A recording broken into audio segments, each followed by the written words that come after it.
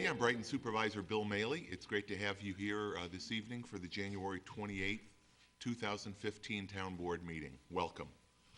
I would note that the agenda for tonight's meeting and all of the supporting materials are on the table in the back of the room. Now, if you're at home watching either on your computer or on our cable access system, you can also access the agenda and all of the supporting materials for tonight's Town Board meeting at our town website, townofbrighton.org.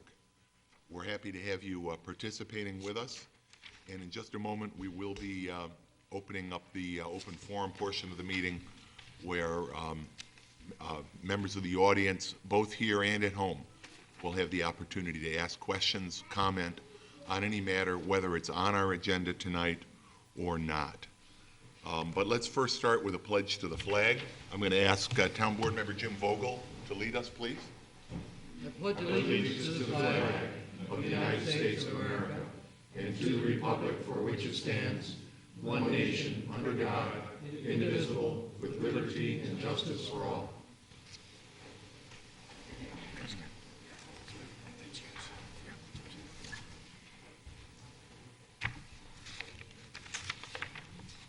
Thank you. In case you hear the emergency alarm system tonight, please exit the room immediately, either through the door to my right. In that case, turn right, go down the stairs, out the rear entrance of Town Hall, and away from the building.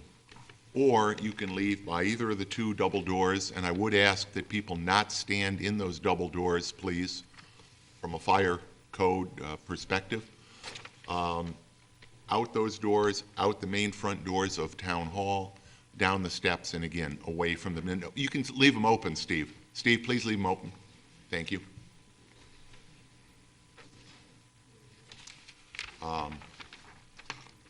Now, if you are watching on cable and you do experience technical difficulties with the broadcast, doesn't happen very often, but it can, please contact Time Warner Cable. Time Warner can be reached at 756-5000. That's 756-5000.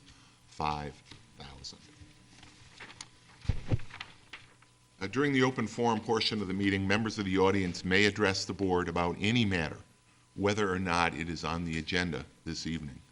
Now, if you're here to address a matter that's on the agenda as a public hearing, and we do have a public hearing tonight concerning the proposed University of Rochester incentive zoning proposal. If you want your comments to be part of the record of that public hearing, please wait until the hearing is held to give your comments so they can be included as part of the record. Since we're talking about that public hearing, I just would note that we will open that public hearing tonight. I intend to keep the public hearing open. There will not be a decision made tonight. We'll talk a little bit more about the procedural status, but just so everybody knows that we will not be closing that hearing or making a decision tonight. Now, when we do get to the open forum portion of the meeting, I'll recognize members of the audience wishing to speak. When recognized, please come to the podium. I'd appreciate if you would give your name and address. Please direct your comments to the board and not to other members of the audience. Please be courteous and please try to keep your comments as concise as possible. If you're reading from any written comments, you can feel free to give them to our clerk, Dan Amon, at the end of your presentation, and they will be included as communications as part of the official record of this meeting. This past week, those of you that are parents or maybe even grandparents of children in the Brighton Central School District, or if you follow the Brighton Police Department on Facebook, you may have seen the notice concerning a level 3 sex offender that has moved into Brighton. And I'm going to ask Police Chief Mark Henderson to address that issue briefly, and then we'll be going into the executive session. Thank you, Supervisor. At the last town board meeting, a resident came up and was asking about the procedure for community notification regarding sex offenders. As a result of that interaction, we had changed the way we do business. We had some links established on our website that would bring you to the New York State Department of Criminal Justice Services webpage. From that point, 2 weeks ago, until last Thursday when I got notified by New York State that a level 3 sex offender had moved in off Elmwood Avenue to Clintwood Court Apartments, a decision was made to make a community notification. It was through that community notification that I was contacted by 2 residents. I know you were contacted as well. And the question about residency restrictions and the ability to prohibit somebody that is a known or designated sex offender from moving into the town of Brighton. We have no authority, and I use the term we from a police perspective. I know the town in the past has looked at legislation relative to restrictions regarding where a sex offender can live. There's some pretty clear direction from the Court of Appeals that a municipality cannot do this. There's been some discussion at the county level as to putting limitations on where a sex offender can specifically locate. In this particular incident, I thought it was important. Last Thursday, I contacted the superintendent of Brighton Schools, let him know that this offender had registered his address with the town of Brighton and that I had been notified. In conjunction with the school district, the school district had done a notification. We did one as well through our list of vulnerable populations. Part of what we do is we reach out to daycare centers and any area that we feel should be notified immediately. We did that, and then we're working on our community approach for notification. And it's through email, through neighborhood associations, and through, as you said, we launched a Facebook page last Thursday, and it was ironic, on Friday we were doing our first community-wide notification. So I'll be happy to meet with any resident that has a concern relative to this particular sex offender. Members of my staff have gone and done a site visit.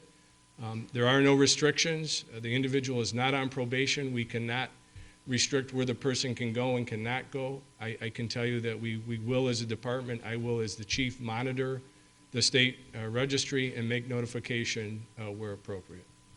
So I don't know if anybody has any questions, or any members of the board that has questions about our philosophy and our approach to community notification.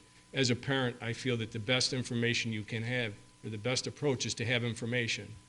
And the comments that were made in the communications were, how could we allow somebody to move in? Barring a law that prohibits this action, I think it's imperative that we get the message out, and like you say, knowledge is power. Thank you, Mark. I would just also note, you indicated, the questions you received and your willingness to continue to answer those. One of the things that Chief Henderson and I have done over the past couple of years is, on several occasions, we have met with neighborhood groups and other groups. We have been engaged in an ongoing conversation with a multiracial group here in Brighton. And in those meetings, all of those meetings, we've discussed a variety of law enforcement-related, public safety-related issues.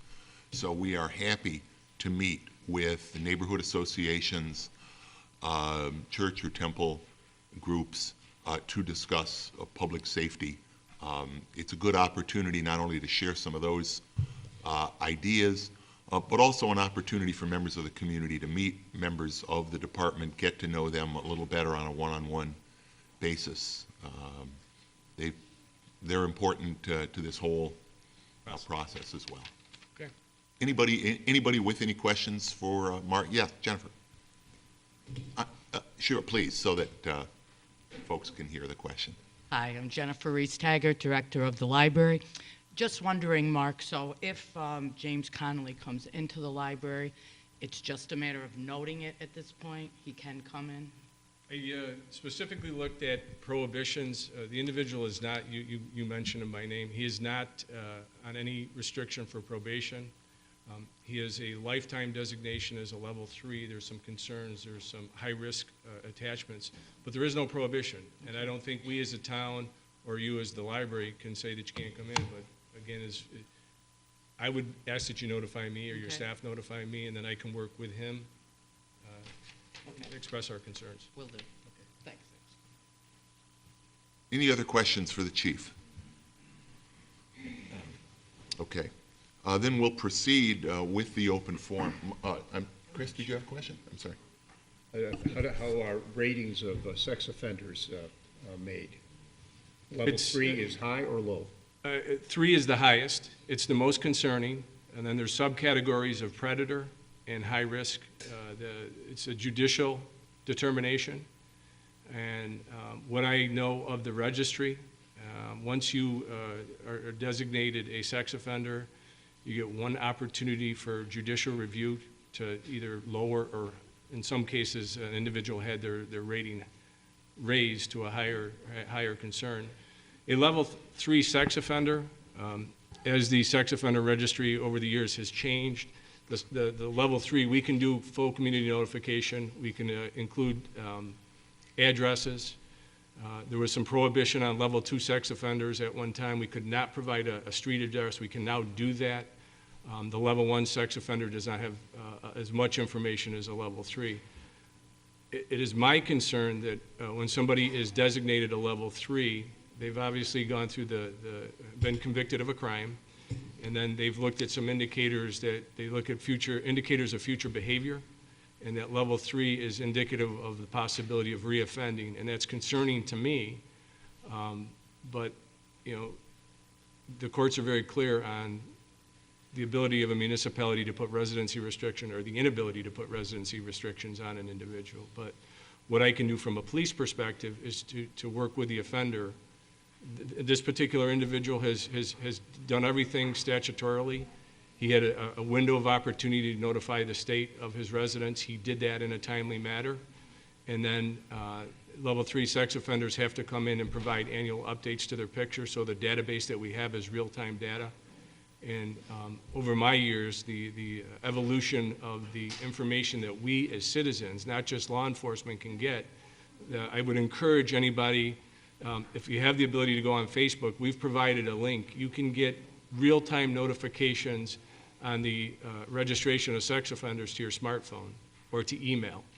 And that's actually how I was notified. I was at a function, got an email, looked at the designation, the level of designation, and immediately called and put staff on the task of trying to vet and find out what was going on. So through Facebook, the Brighton Police Department, if you go on, the New York State Department of Criminal Justice Service has a process called Alert NY. There's a number of fields that it'll alert you to weather conditions, traffic, but more importantly, and most importantly, as a parent, sex offender information. So we have that. And again, if anybody is watching this at home and has a concern, my office phone is 784-5101. I have an email link on the town website. And if I can put in a plug for the town website, we now have on the Brighton Police page a link directly to the sex offender registry. You click on a name, a picture will come up. It'll give a history bio. It includes the offense and ages of victims. So. And that was one of the concerns that one of the residents had this weekend. It was paralleling family functions. So I understand the concern. I understand there was an issue in Penfield last night that was covered by the media, and the same question of, well, can we do something to prohibit a known sex offender from living in a community?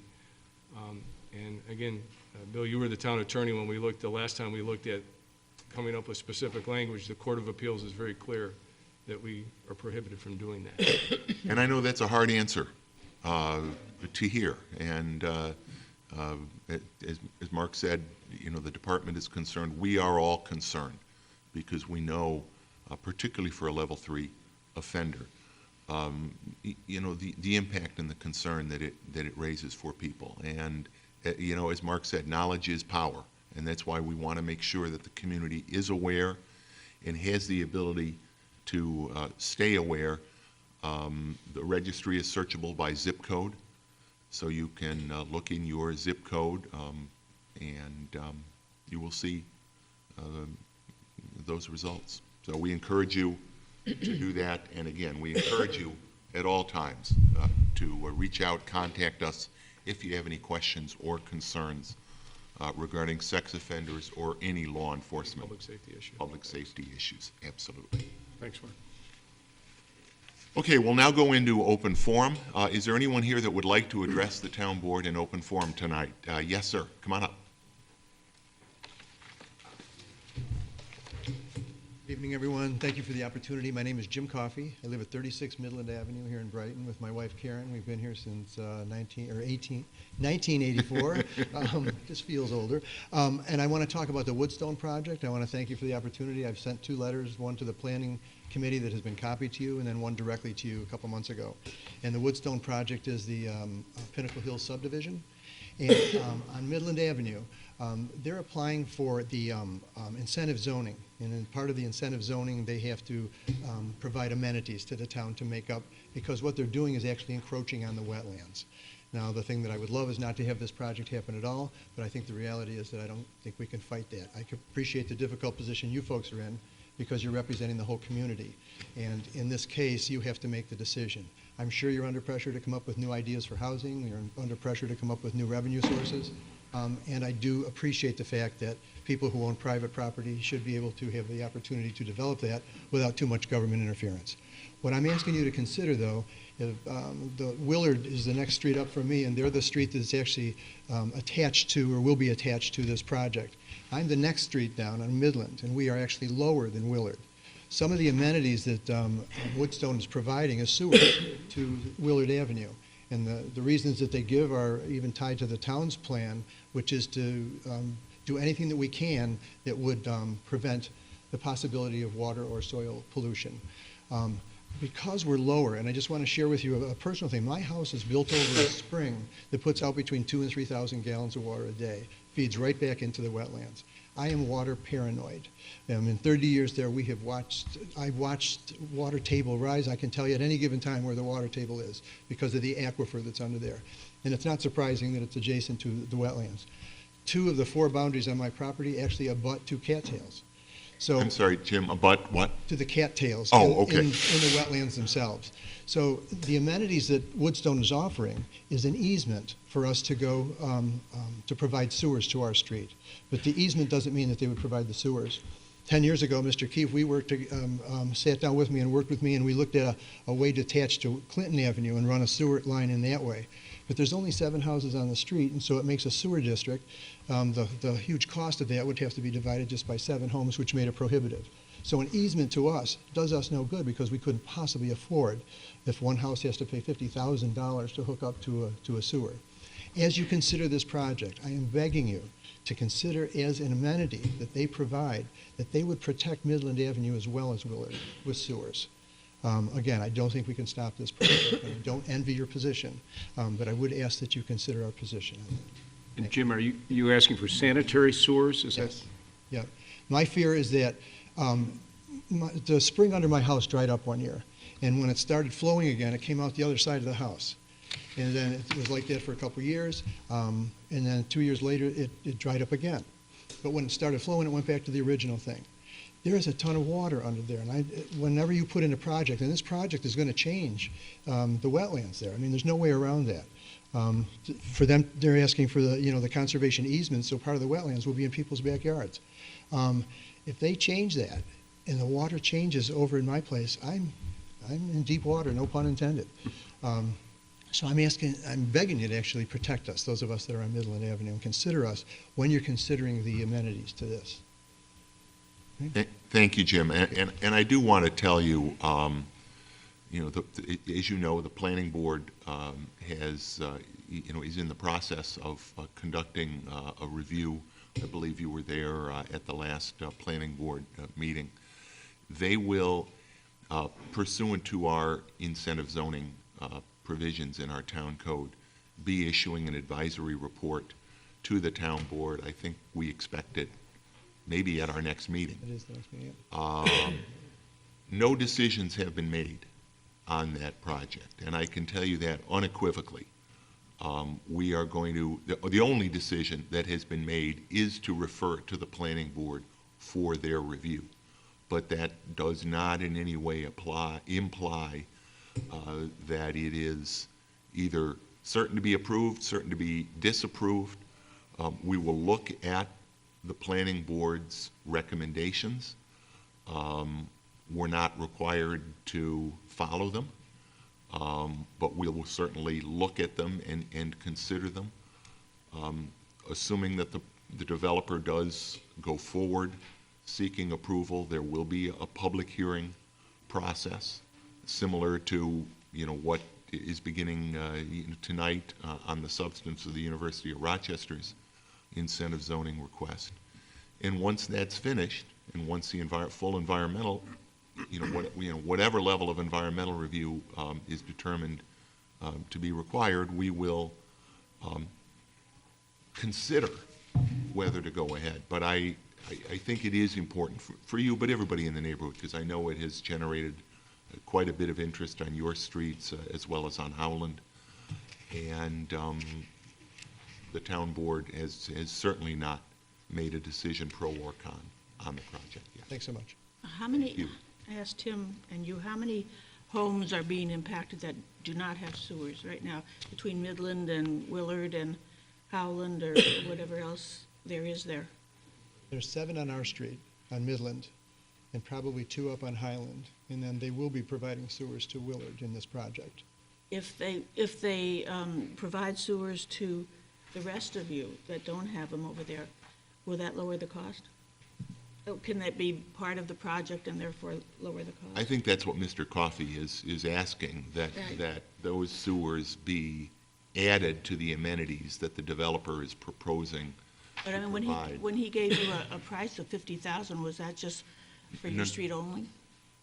I don't think he gave a price of $50,000. I think that was When just 10 years ago, when we looked at trying to hook into Clinton Avenue, I think the cost was $150,000, and that had to be borne by 7 families.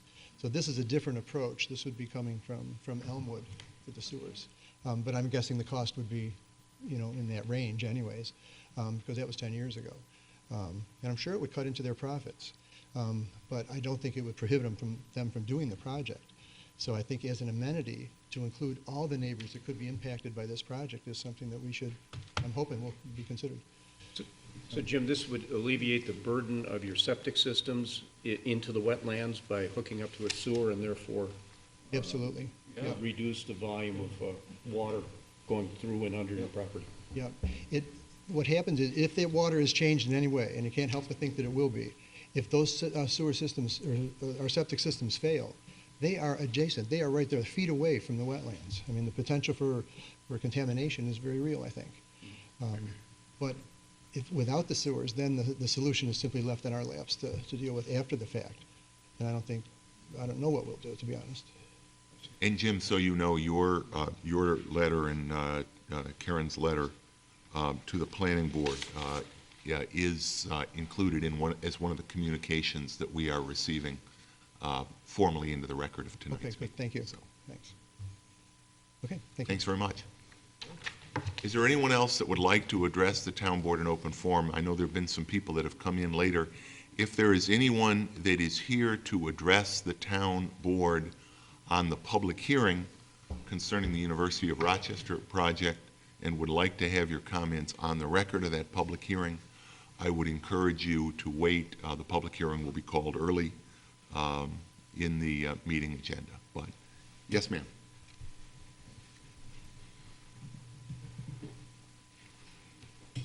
Good evening. I'm Michelle Nicholson. My husband and I, Patrick, have lived on Midland Ave 35 for 10 years. My concerns are the same as Jim Coffey stated. I also have concern in regards to the street over that would have the first house put into construction would be kitty corner to my property line of my house, and the house next to us, it would be directly behind them. My concern is, on top of what Jim said, also would be the trees that are there. I live in a house that is built in 1920s. I have a respect for old homes. I have a respect for nature. And my concern is our neighborhood has very mature trees that are very old, obviously.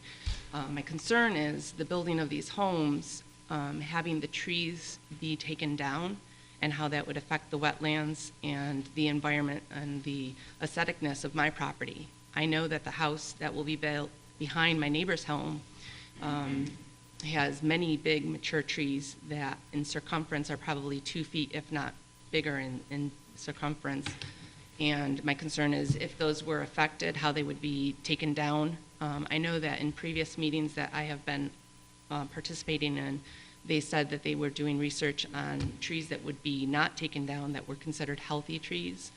On the particular lot that I'm speaking of that has these trees, they, to me, look very healthy, and I can't see how a house could be put in there without either harming the tree's roots or taking the trees down, and how that would affect the water table that flows underneath our properties. So that's a big concern to me.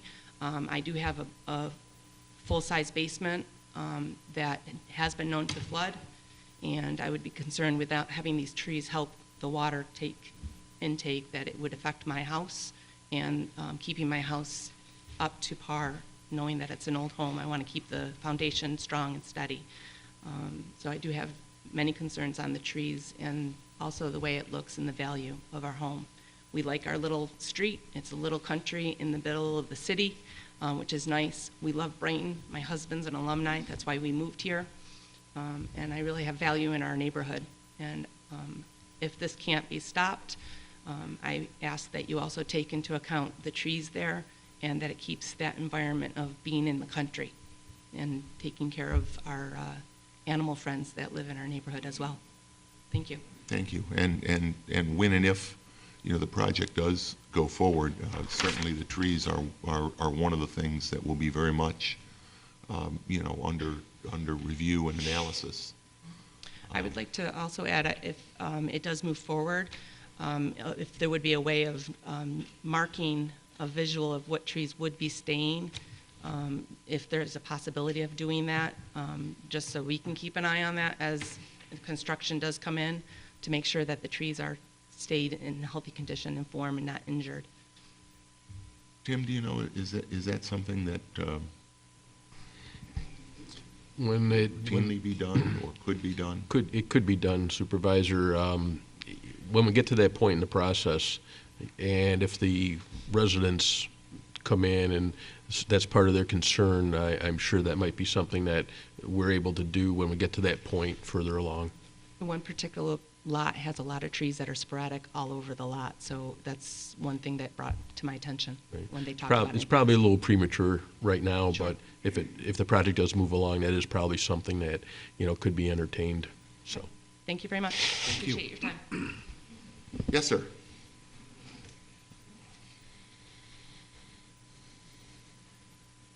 Nick Proko, 41 Midland Ave, so I'll be the last person to hit you over the head with not wanting this development to come in, I think, unless there's anybody else coming from our street. Obviously, I'll just echo what Jim said in the sense that the obvious preference of the neighborhood is that it not come in. I happen to be all the way at the end of the dead end, so I'm one of the very lucky people in Brighton who has woods as neighbors.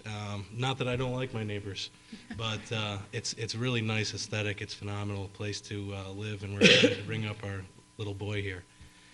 I have similar water table issues than Jim. Jim's a little bit lower than I am, but same concerns on a general level. And in the event that it has to go through, obviously sewers is the biggest concern for us. In 2015 seems strange to be price by manner of price prohibited from access to sewers.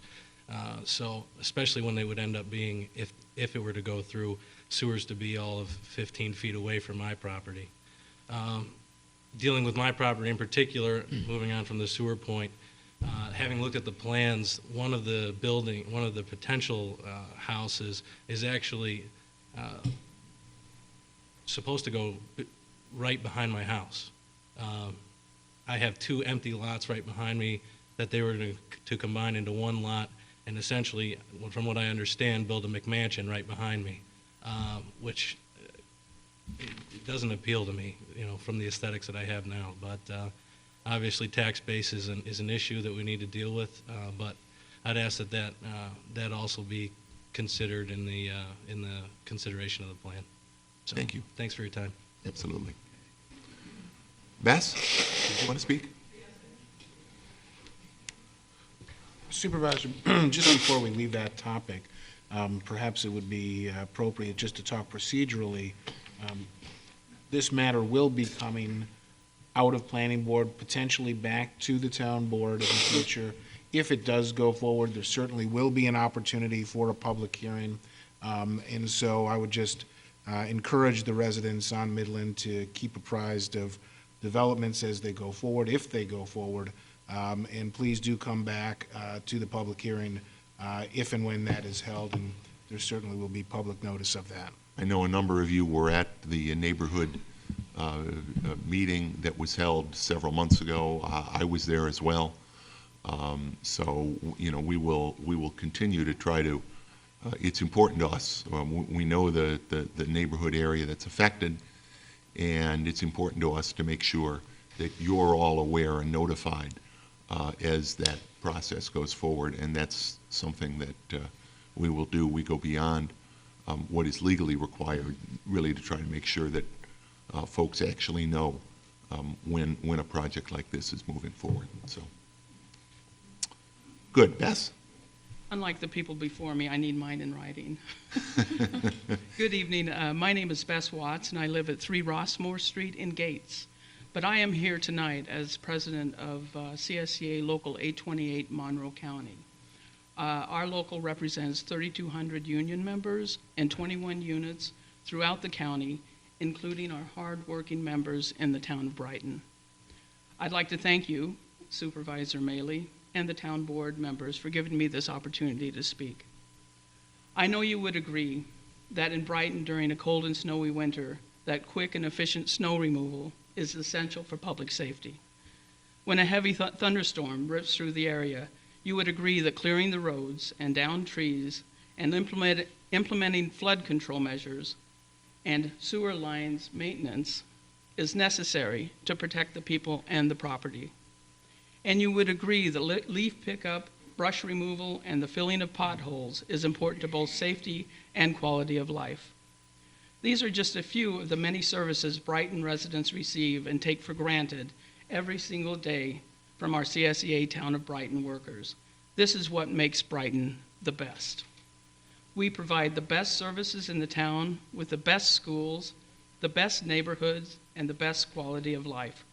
We are seeking a fair contract that recognizes the importance of the work we do and our contribution to the best of Brighton. For a year now, Brighton workers represented by CSEA have been working without a contract. They come to work every day and work hard for the people of the town. They are dedicated at doing the best they can for the residents, yet they feel as if they are largely being ignored and disrespected. During negotiations, CSEA made many contract proposals, but most have not been considered by the town. Contract talks are currently in fact-finding, but that does not mean we cannot come to the table and negotiate. We're calling on the town to consider our proposals and work with us to reach an agreement that is best for both the workers and the town. If town officials bring that same commitment and dedication to the negotiation table, a fair agreement should be within reach. We hope to be able to meet with you soon, and thank you for listening, and I'd like a copy of this in the record. Thank you. Thank you, Bess. I would note, and you're right, we are in fact finding now. The town did reach out at an earlier stage when the parties were in mediation to hold additional face-to-face negotiations. After the fact-finding was declared, the town also reached out to CSEA and conducted face-to-face negotiations, made an offer to CSEA, and we are prepared, as we have been throughout. There is nothing we would like more than a contract that is fair to all concerned, including the taxpayers of Brighton. And well, we have reached out on those occasions, but my door and the door of Town Hall is never closed to an opportunity. As you recall, you and Flo Trippi came in and met with me in my office. So I think, Bess, you know that we have been throughout this process open and receptive to contract negotiations and to the process of bargaining, mediation, and fact-finding. But we would absolutely, be receptive, as we wait for the fact-finder's decision. So thank you for your comments. Thank you. Is there anyone else that would like to address the town board during open forum? If not, then we will continue on. Can I have a motion to approve the agenda with the addition of the comments that Bess Watt just submitted as an additional item of communications? So moved. Second. Discussion? Please call the roll. Councilmember Vogel? Aye. Councilmember Novros? Aye. Councilmember DeFonzio? Aye. Councilmember Werner? Aye. Supervisor Mealy? Aye. Can I have a motion to approve and file the minutes of the January 5th, 2015 Town Board organizational meeting? So moved. Second. Discussion? Please call the roll. Councilmember Vogel? Aye. Councilmember Novros? Aye. Councilmember DeFonzio? Aye. Councilmember Werner? Aye. Supervisor Mealy? Aye. Next, we have public hearings. As I mentioned, we have one public hearing scheduled for tonight. It is the public hearing on the incentive zoning and rezoning application made by the University of Rochester for their proposed institutional planned development project in what is sometimes colloquially known as the South Campus area of the university's campus in the western part of Brighton. Let me now ask the town clerk, has a necessarily legal notice been published in this matter? Supervisor, it has. It was in the January 15th edition of the Brighton Fitzer Post. Thank you. I'll just very quickly ask our Commissioner Tim Keefe if you could briefly, and if it makes more sense for Town Planner Ramsey Boehner, whichever one of you would like to sort of set the table for where we are tonight, I would appreciate that. Certainly, Bill. Oh, and by the way, before you do that, I hereby declare the public hearing to be open. Supervisor, tonight is another step in the process that actually began a number of years ago, probably more formally within the last 10 years. Have there been proposals and work that has begun on this, as you refer to as the South Campus, by the university and the town, to move forward, to discuss and to talk about what appropriate zoning, incentive zoning, and amenities and incentives might be for the wants and needs of the university. I know Tom Greiner is here. Tom can probably speak to this matter as well as anyone, and as I guess the developer's representative, the university's representative, and legal counsel, he is probably one of the most knowledgeable people on this topic, along with staff and the board that has transitioned over that time. The board has also become quite familiar with what is being proposed, the concerns of the neighborhood, the concerns of the area, and this process that is, in one sense, reaching a milestone step here tonight with the onset of the public hearing. So with that, I would probably defer to Tom and ask Tom to explain some of the nuances and the pertinence, of the proposal that is before us. Thank you, Tim. Tom? Good evening. Again, my name is Tom Greiner, attorney at the firm of Nixon Peabody, located at Clinton Square, here on behalf of the university. And with me are Jose Fernandez, James Wentworth, who are campus planning and really the project management for this project. Also seated next to me when I was sitting down is Dennis Kennelly, principal at TYLN International, the civil and planning engineers on the project and have been on the project for quite some time. We do have a fairly brief presentation tonight. We're going to talk about the process to date in a minute or two. Good, because I was hoping you were going to do that. Oh, yeah. If you weren't, I would. Thank you. Yes. Well, I'll save you the trouble and certainly add or correct what I say. We're then going to just kind of go around and describe the IPD itself. We're then going to, since, as was said, this is an incentive zoning project, we're going to describe the incentive zoning aspects as we've proposed them. And then we're going to briefly touch on the highlights of part of this whole project is a series of regulations. As some people know, an institutional plan development carries with it, in large part, its own mini zoning regulations, like any district will.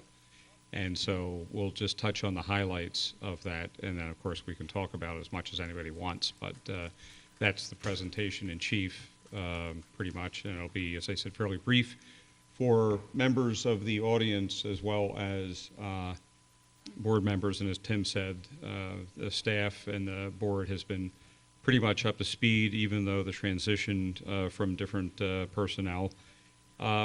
Some of this, especially for those who have been with it for the full 14 years since its inception, with the 2000 comprehensive plan for the town. Some of this will be repetitive, but bear with us, it's a public hearing, and so even though it will be repetitive, we would like to at least have a full, albeit relatively brief presentation.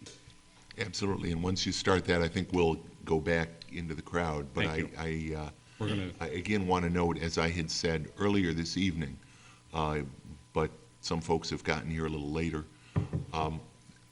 we are opening this public hearing. We have opened this public hearing. We will not close it tonight.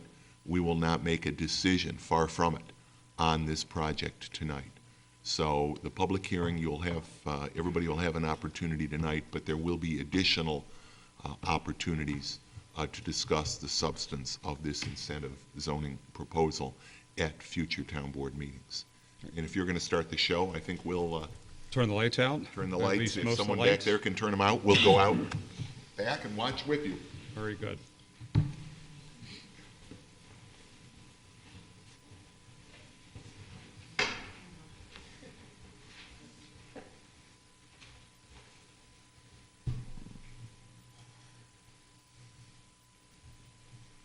Okay, so this is pretty much, as I discussed, the sort of the outline of the presentation, process summary, rezoning to the IPD and what that constitutes, the incentive zoning treatment, and some of the proposed details on that, regulations, highlights, and then, of course, open for questions and, at the board's direction, answers.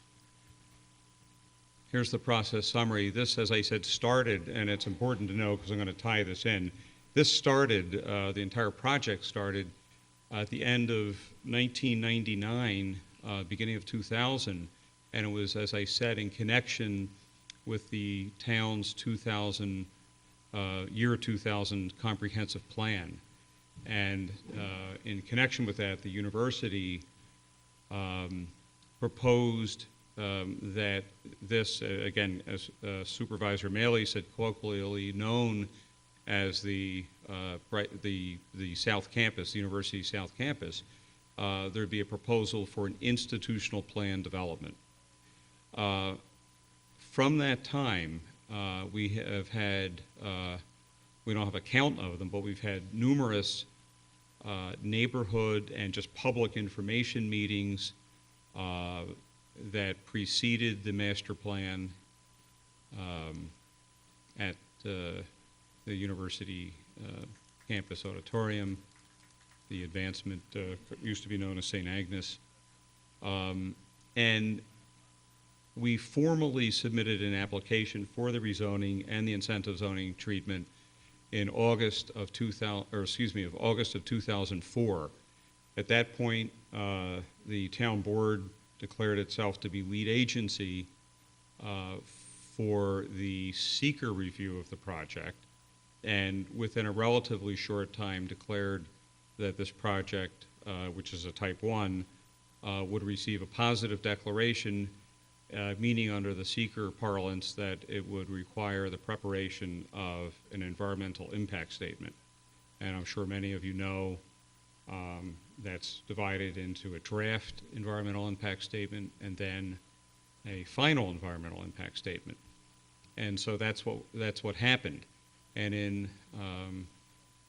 December of 2005, the town board accepted the draft environmental impact statement, and you'll see the letter G there, the DGEIS. The G stands for generic, and the seeker regs permit and in fact encourage generic impact statements when the project itself is in the nature, say, of a rezoning, where the build-out, where there is no immediate project to start building a building or more than one building, when the exact configuration of the ultimate plan is still to be determined. The regs encourage a generic impact statement, and that's what we did. In January and March of 2006, the town board held public hearings. Some of you may have been there. There was a fairly comprehensive transcript that was developed from those hearings. And in fact, not just paper, but there was a lot of direction, there was a lot of comment, there was a lot of information that the university received, which would later shape and redirect the project. Sometime just after the March 2006 public hearing, the university asked for a halt to the process. It had recently had the accession of a new president of the university, President Seligman, who directed the commissioning of an overall master plan for the university.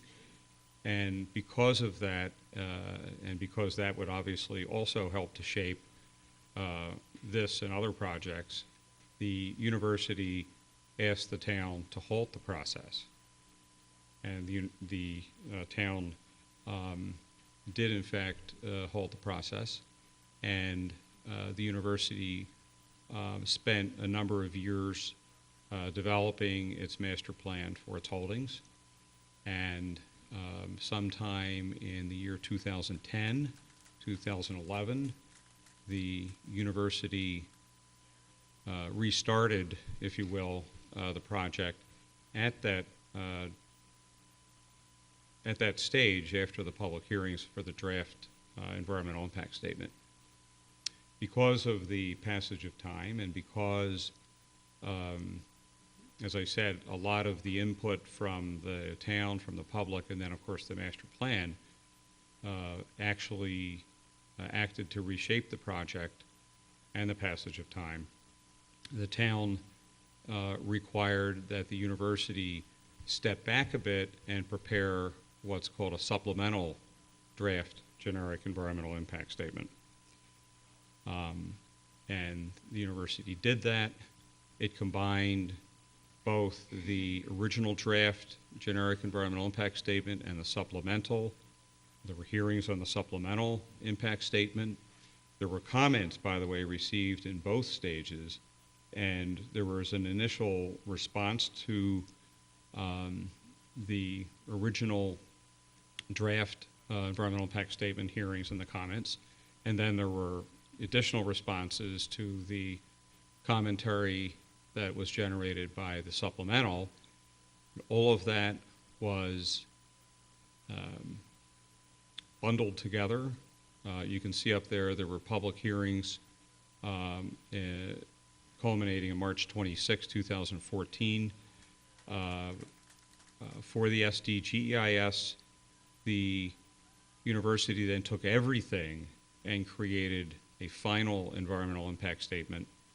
And 5 months, 4.5 months after the public hearing, the town board, with the assistance of in its own review, other town agencies, town staff, and also outside town consultants that were hired for this project,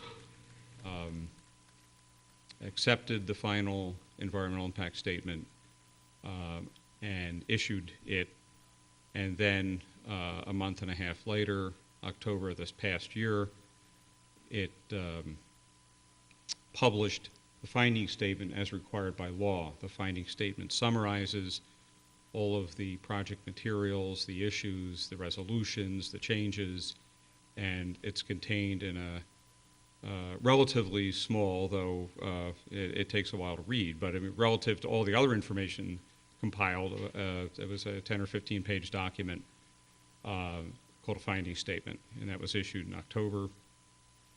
The town board then, under the town's comprehensive development regulations, complied with that direction and referred the IPD rezoning request, referred the map amendment, and also the incentive zoning request or proposal to the planning board.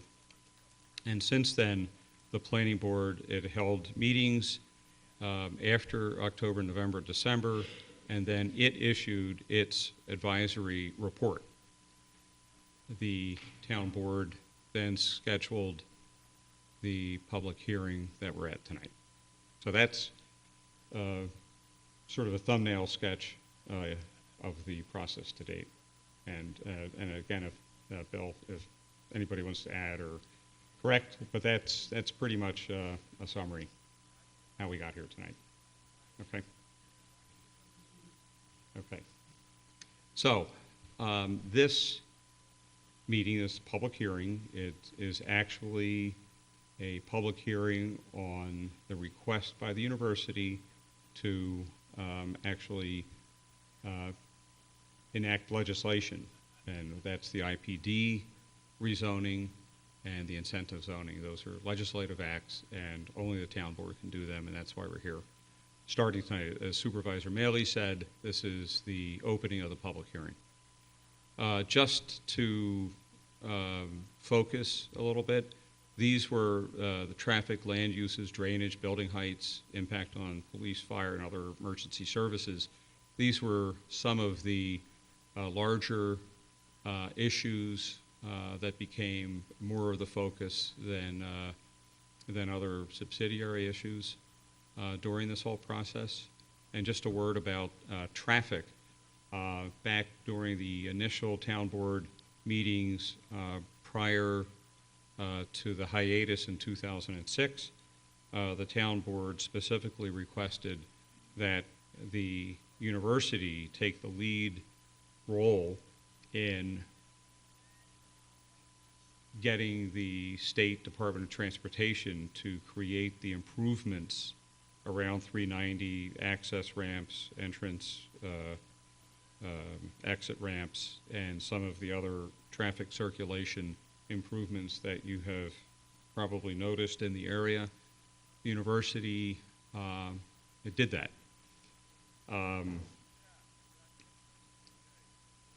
And we'll see, but it looks like those improvements will actually and have actually created some very positive traffic circulation improvements. So just to orient everybody, up in the upper right here we have 390. See if I can do this here. 390's here. East River Road is here. Lehigh Trail is here. Crittenden Boulevard. Southland Drive is here. Lancaster is here. There are, and the heavy outlining is really the 180 acres that constitutes the IPD lands.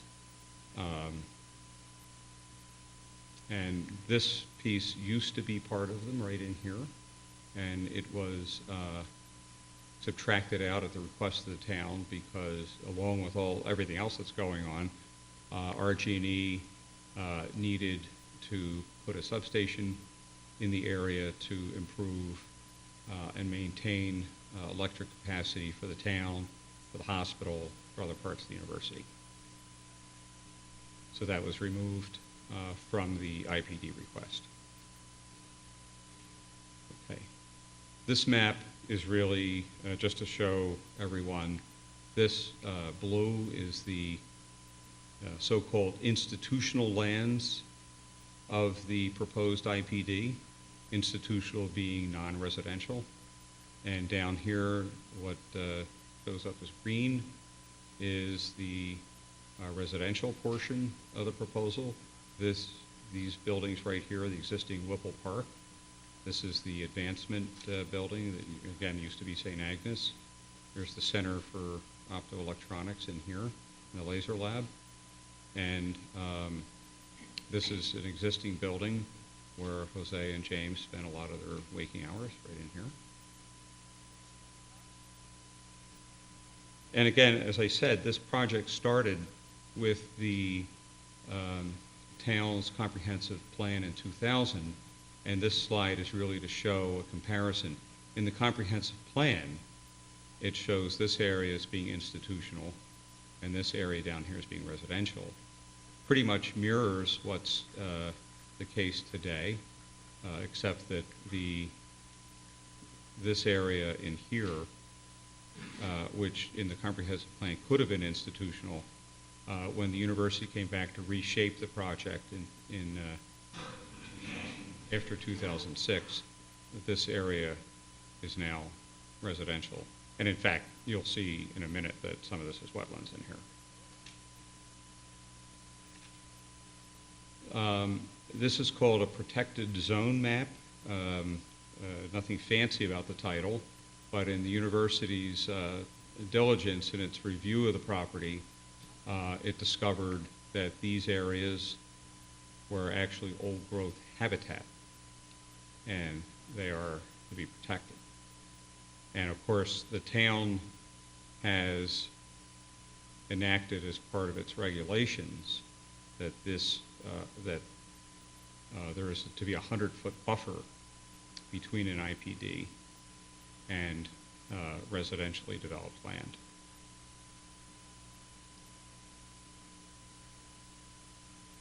So I mentioned there are wetlands on the property. These wetlands here, this one is a state wetland, and if you see this green area, that is the required 100-foot buffer around the actual wetland itself, which is blue, and the 100-foot buffer is green. 100-foot buffer under the regulations is tantamount to a wetland and is protected as well. This is a larger federal wetland, as is this and this. There are smaller ones over here.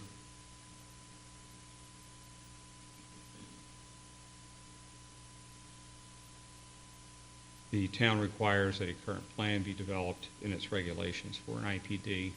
University, basically starting in probably 2003, started developing areas of development and then put in hypothetical buildings. These are all residential in here. These are the institutional.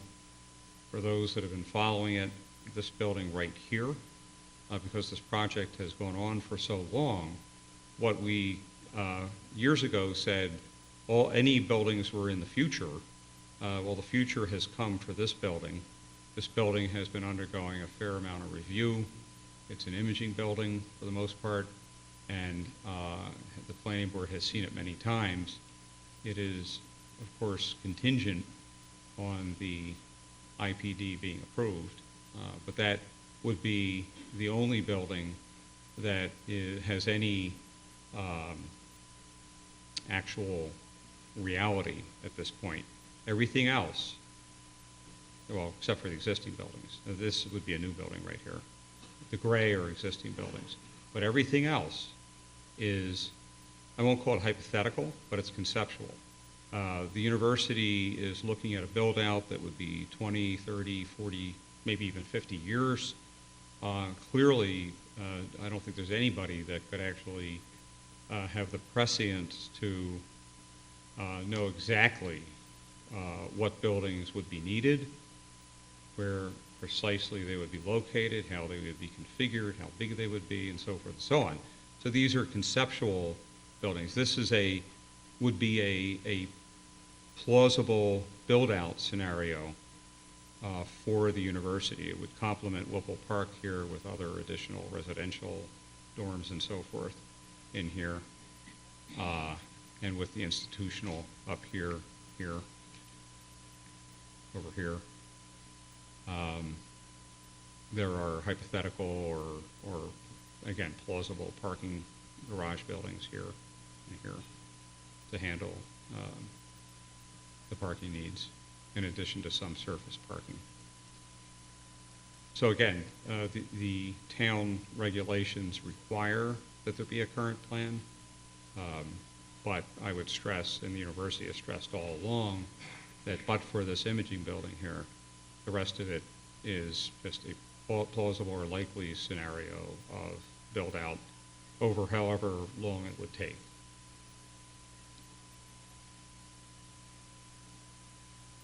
So that's a general walk-around of the IPD. Just as a footnote, I would say that it would be an extension of the university.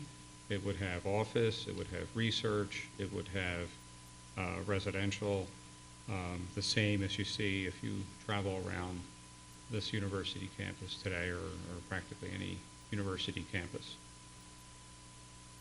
So let me go on briefly with the incentive zoning portion of this. The incentive zoning regulations of the town were enabled by state legislation back about 25 years ago.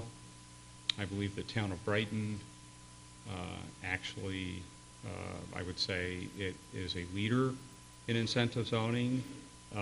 It actually created, if not the first, one of the very first incentive zoning projects in the state, and has been a leader ever since.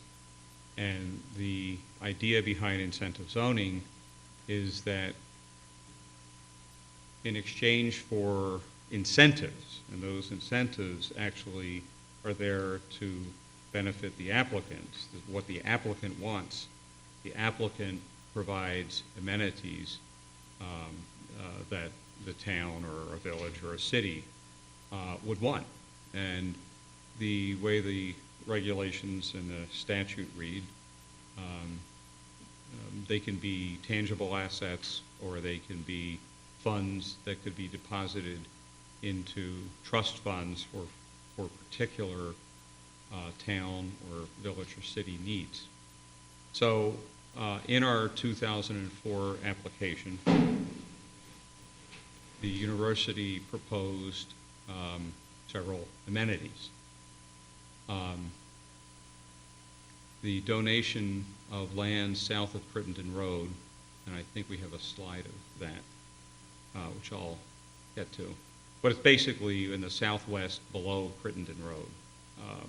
It's a parallelogram of, as you can see, a little over 42 acres zoned residential and vacant right now. That was one of the original amenities proposed. Planting enhancements within the 100 buffer zone, another original amenity proposed. There was another amenity which actually doubled the buffer zone from 50 to 100 feet. So that 50 feet was an amenity, except the town changed the IPD regs to make the buffer 100 feet. So what we thought of as an amenity turned out to be simply compliance because of the change in the regulations, with the regulations, and so we removed that as an amenity. Because people were concerned, especially down on Crittenden Road, about traffic and traffic flow, they asked the town and the university to eliminate access from Crittenden. So what they were specifically referring to was this 60-foot wide parcel that's owned by the university, and obviously was there to provide access, but as a result of neighbor input, that was removed. The ability to use that as access was removed, so that constitutes an amenity as well. There was a time when the university and the town and residents were talking about drainage, talking about flooding, talking about problems and issues. Any developer, including the university, is required to account for its own drainage. So to the extent that the university is proposing development and is creating drainage issues, it's not an amenity to fix those. It's something that they have to do.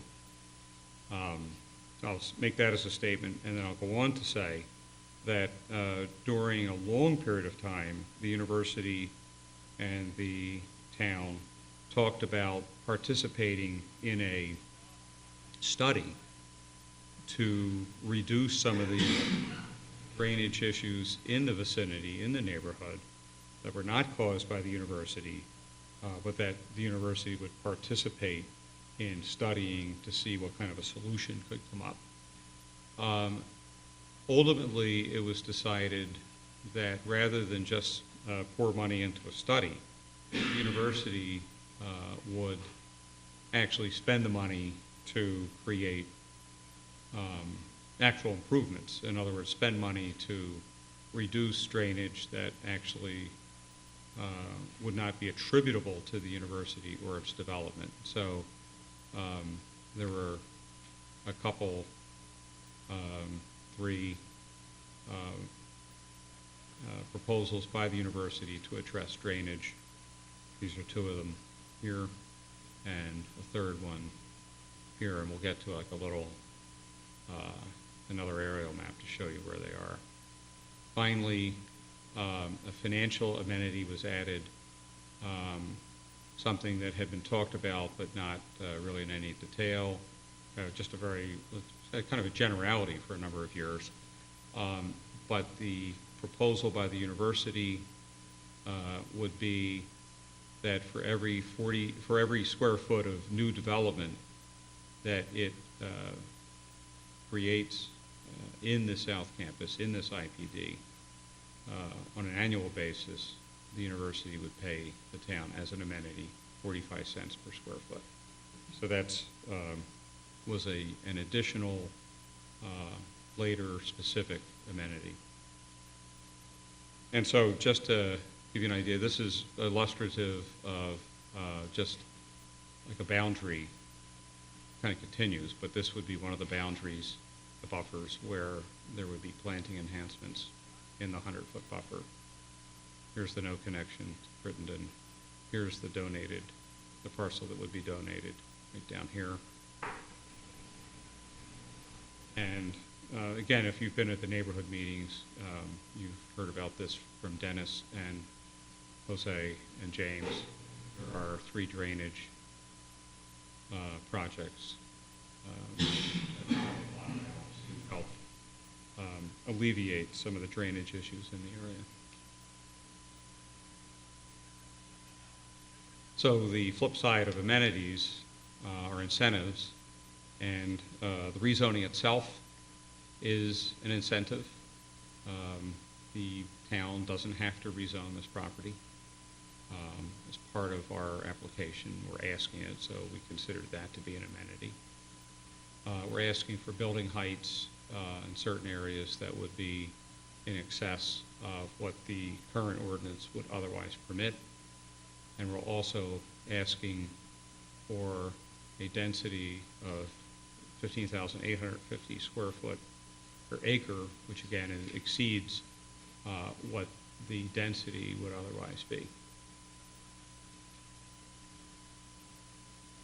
So that's the incentive zoning proposal in a nutshell. That distills many years of dialogue, hearings, meetings, and discussion. So, as I said at the outset, an IPD is a district. And like any district, it has a series of regulations, and the town and the university has spent a lot of time and unfortunately a fair number of trees to try to come up with a series of regulations that would be protective, that would implement the IPD concept as well as some of the incentive zoning. So again, this is on file. It's available for anybody to read. It's 22 pages maybe. It's in draft. It's not final. It is a document that the town and the university have looked at. But if it ever becomes final, it will be because the town board will eventually resolve to approve it. Until that time, it's in draft. So there's, the procedure is that the incentive zoning and the IPD rezoning just really set the table. In other words, they take the land, they make it appropriate for this kind of university development not in theory, but not in practice yet either. The concept here in the regulations is that every building project that the university will propose will go to the planning board for review, at least for site plan approval. And if and when you look at the proposed regulations, you also see a series of uses that would also require conditional use permits. And illustrative of that are laboratories. And as a result of community and town input, taken off the table would be biosafety level 3 and 4 laboratories. They will not be permitted. Some of the regulations that you're familiar with, density and so forth, we have a maximum density, institutional 1,700,000, residential 800,000 square feet. And I'm going to stress for the moment that these figures that you're going to see are maximums. The university itself may never propose development that would get to these numbers. The configuration of the next stages of development may actually determine the amount of future development that there could be. In other words, the way you configure buildings or roads could actually drive lower numbers. They will never drive higher numbers. They drive lower numbers. And then finally, the town itself, although this is a maximum, a theoretical maximum, the town itself, say the planning board in its review, may, for a good cause, actually further limit the development. So these are maximums. There are regulations dealing with protected zones, that old growth habitat, and the wetlands that we talked about, the landscape buffers that we discussed, or that I've discussed. There are wetlands, there are levels and layers of regulation. There's town regulation, state regulation, and federal. And so those wetlands are subject to multi-layers of regulations.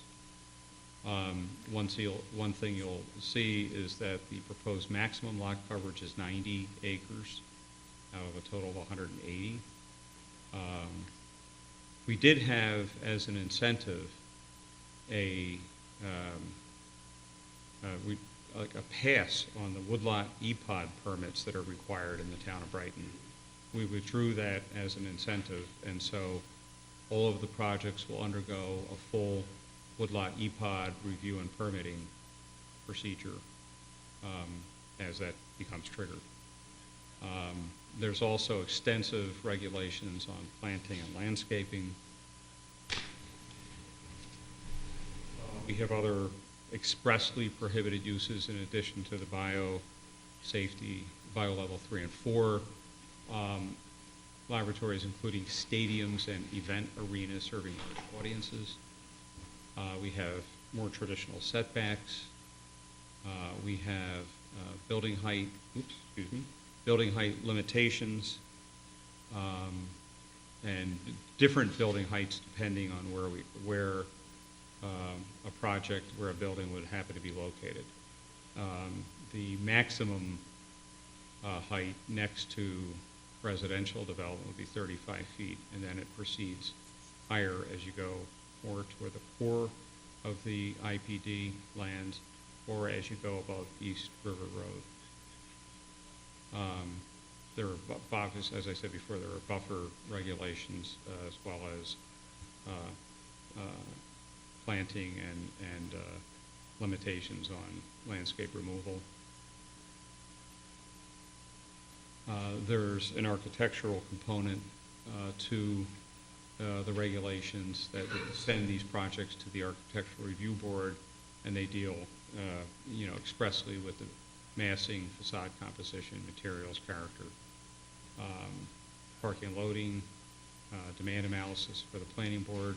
There's also, I don't say it right here, I don't think we have it on the slide, but there's also periodic traffic impact study updates that would be required. Traffic has always been an issue. The university has done extensive traffic study. It's been reviewed by the town, the state, the county, and will continue to be. There's a fairly comprehensive section on signage, but the intent is that there will be continuity with the U of R campus. And last but not least, there's a section of the regs dealing with sustainability and meeting certain LEED standards to comply with the town's, again, leading role in sustainability in the whole region. Here's the current plan again, and that is the end of our, again, presentation in chief, Bill.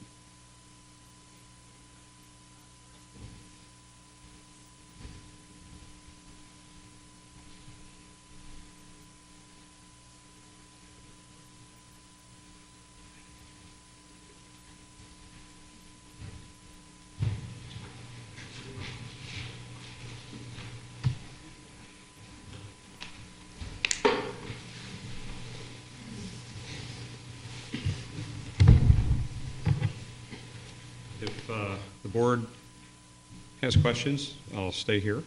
If not, if you want to open up to public comment, I'll sit down.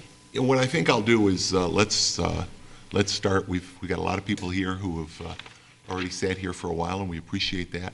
Let's start with any questions from members of the public concerning the proposed IPD incentive zoning approval. Are there any questions from the public? Yes, ma'am. Come on up to the podium. If you would, please state your name just so the stenographer can get the record. My name is Sharon Kunzer. I live at 422 Bronx Drive. Not Crittenden, but I have two questions. One is the Furlong Creek or whatever it is. Where exactly are they going to put the water when they take care of the excess water needs? Are they going to put it in the river? Or are they going to build stupid geese ponds, or what are they going to do with it? Do you want to ask both questions, and then Okay. and then maybe The other question is that piece, if you hit the map up, which you don't, that little piece that juts out, why are they changing the zoning on that if they're not going to actually do anything with it? And why do you have to rezone the whole thing, I guess, all at once? I don't understand that either. But for that little piece that juts out that connects to Crittenden Road, I don't understand. Oh, okay. why I that wasn't needs- sure which piece. Why that needs to even be done at all. I think I'm going to ask probably Mr. Greiner to address certainly the first question. I'm certainly going to take the drainage question and give it right to Dennis.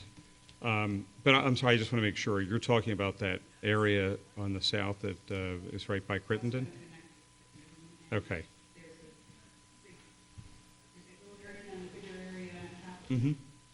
Well, it's, okay, got it. It's, that area is part of this, the project land. It really doesn't make sense to leave it zoned the way it is.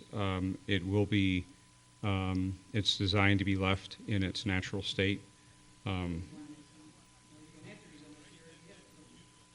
Well, I mean, in a sense, you don't have to rezone anything, but I think the reason this is part of the contiguous land owned by the university, they may want to put trails in it. There's passive things they can do with it. There are things right now it's planned to be in its natural state. It's intended to be in its natural state. There may be underground facilities that they may want to put there. It really, the university's not going to part with it. It makes sense to make it part of its overall development. And now, why don't I just turn the drainage question over to Dennis. Dennis Kennelly from T. Island International offices in Rochester here. You mentioned geese ponds first, so I'll address that. I think that was your concern. primarily, then I'll just get a little deeper on the whole. Excuse me. Current standards for design of stormwater management basins discourage geese flying into the pond. There's plenty of open water on the site right now with the wetlands, so they have plenty of places to live. And the perimeters of the stormwater management facilities are designed in such a way to discourage geese flying in. So we won't be creating, geese ponds is a simple answer. We've done extensive drainage studies working with the town engineers and their consultants over many years to make sure that what we're proposing in the long term is sustainable, and we don't, not only do we not create any problems, but we are proposing some amenities to help to alleviate some problems that exist now. Excuse me. And further, the town code requires, with any development, you have to actually decrease the amount of drainage that currently leaves the site now.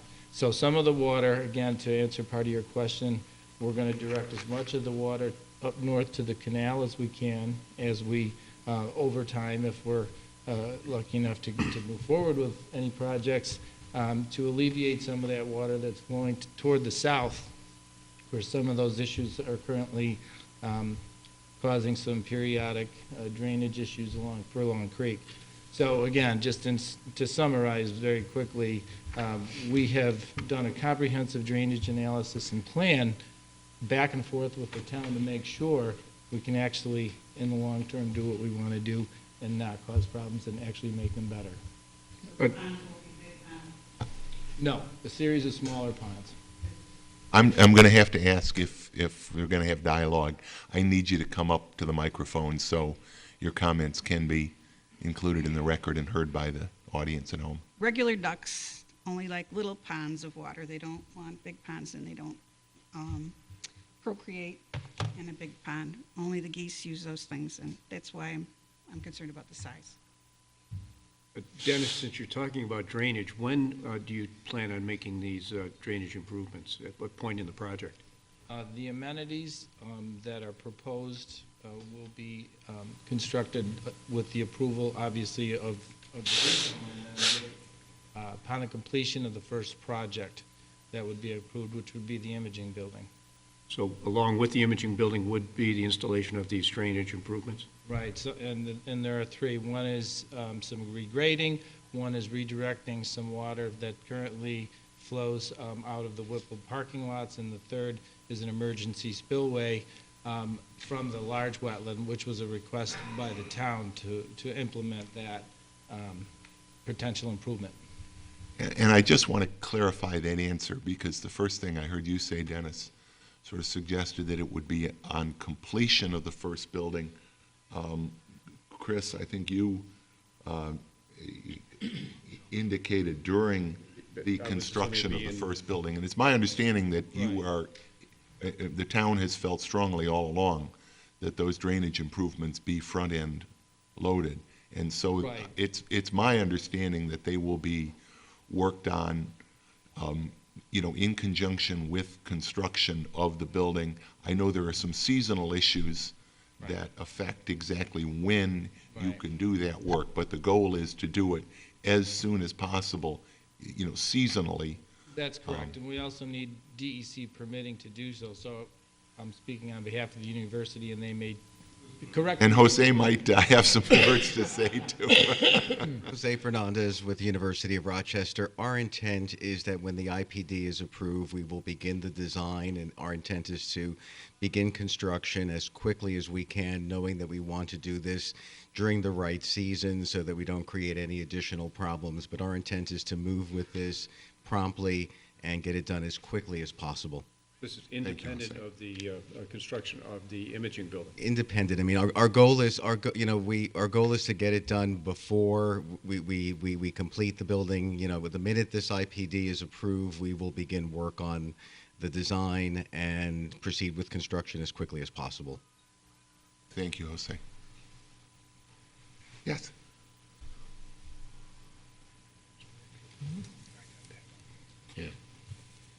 Alan Schmidt, Bashton Road.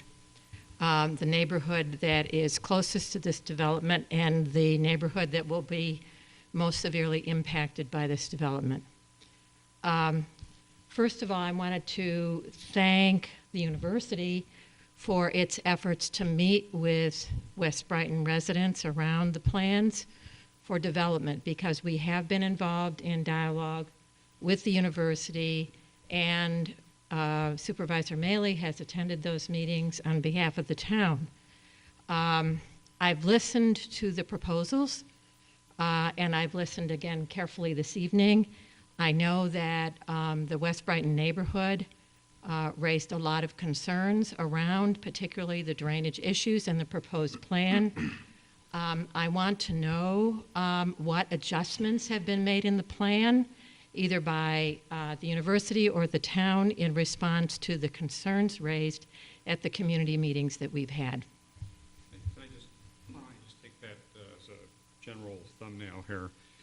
Number one, we have changed and this is directly coming from dialogue with the neighbors in the town. We have diminished the amount of institutional development, increased the residential. That's need to be a concern, so we did that. We've limited a number of uses that the university as a research institution would have wanted to do, and those have been eliminated. And as I said, maybe too quickly, and Dennis could certainly expand upon this, and especially if you were, and I don't know, ma'am, if you were here during the 06 hearings, the 2006 hearings in January and March, there was, and I know a number of the board members and staff were here, and neighbors, there was a huge concern about drainage. And it was well articulated, what we would expect from people. There were pictures, I don't think there were movies, but there was a lot of demonstration of drainage issues. And the university pulled back. One of the reasons, by the way, one of the reasons why there is not going to be any development in that parallelogram at the south that fronts on Crittenden was precisely because of drainage issues raised by people.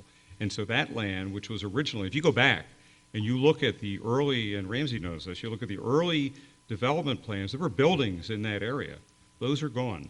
So, so there was a pulling back of the amount of building and also where it was going to be located. And then, as I said earlier, the university proposed as an additional amenity first to participate in a study to help people with their drainage issues that, again, not attributable to the university either currently or in its development, that morphed into, instead of just simply putting study dollars on the table and having another mass of paper, the university took those dollars and proposed actual concrete projects to diminish the drainage issue, again, not caused by it. So those are, I think, right off the top of my head, some of the major changes, improvements that the university made directly as a result of the long dialogue with the town and the neighbors.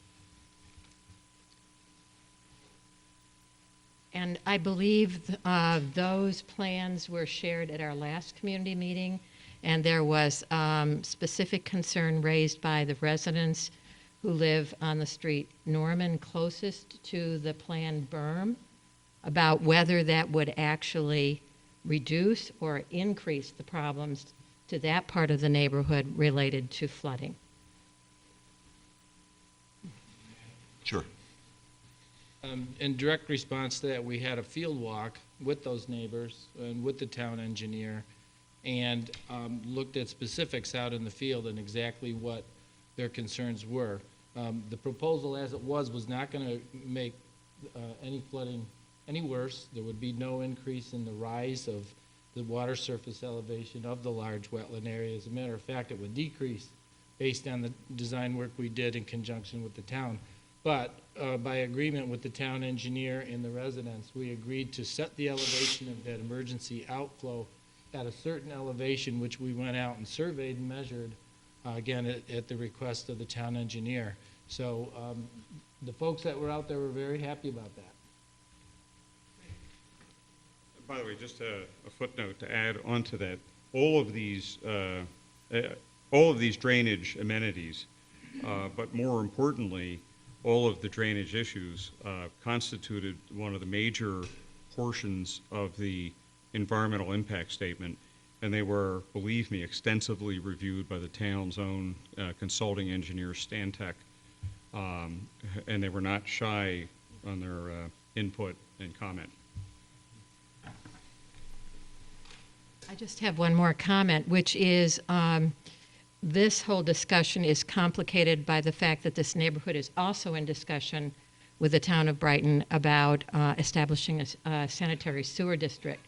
So how this all goes together, this neighborhood happens to be caught in the middle of these two issues, and we're trying to sort out how they go together. Thank you. Yes, Jennifer? Hello, Jennifer Reese-Taggart, 1400 Crittenden Road again.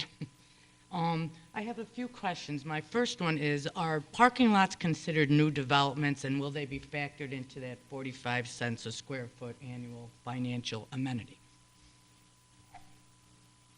Let me speak generally, because I don't think I'm permitted to speak really specifically at this point. We've made a proposal to the town, and we're waiting for scheduling a meeting with the supervisor and the supervisor's advisors on that. But I will say that at least in the proposal, what we're looking at in the 45 cents per square foot is not a little piece of macadam. We're looking at buildings. And so the answer to your question is not no, but that's not part of our proposal. There's a lot of parking lots involved in that. Okay, and secondly, assuming the rezone is approved, will the buffer be planted, starting to be planted in the spring, as Louise mentioned, actually, I think some time ago?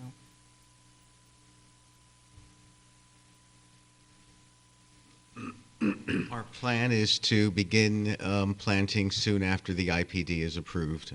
So if we get the thing approved, before the end of spring, we will do so in the spring. If it gets approved and the planting occurs in the summer, we'll probably try to push that out in the fall. We want to make sure that the trees have the best chance to survive. These are all the buffers, is that right, Jose? I think we've agreed as part of the plan to spend about $100,000 planting throughout the 100-foot buffer. Our plan shows a specific planting scheme.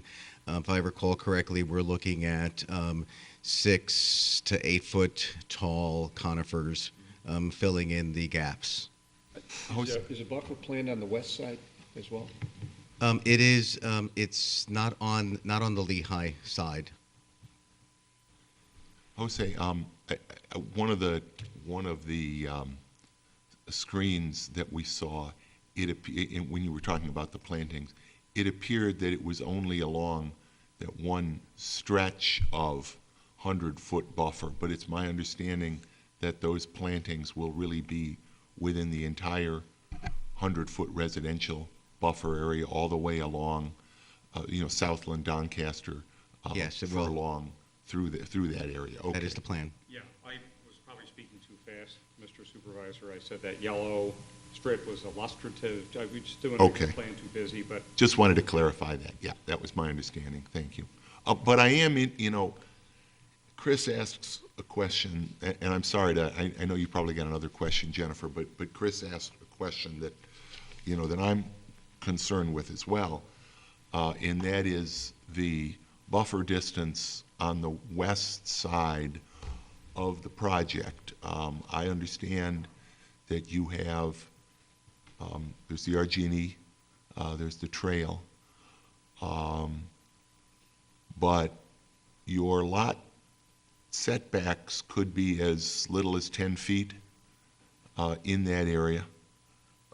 You do have a trail, which is certainly a feature that right now goes through what is a relatively very undeveloped area with some residential to the west, that character would change without a lot of buffering, and I recognize that leaves some distance to the Norman, I think is the first street, correct me if I'm wrong,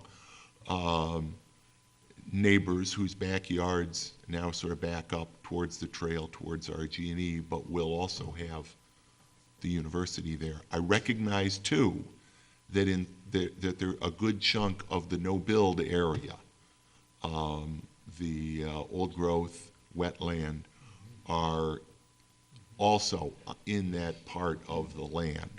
But there will be some areas where I'm concerned, and this is a big project with a lot of moving parts, but I am concerned with the buffering to the west side, specifically to the Norman Road properties there.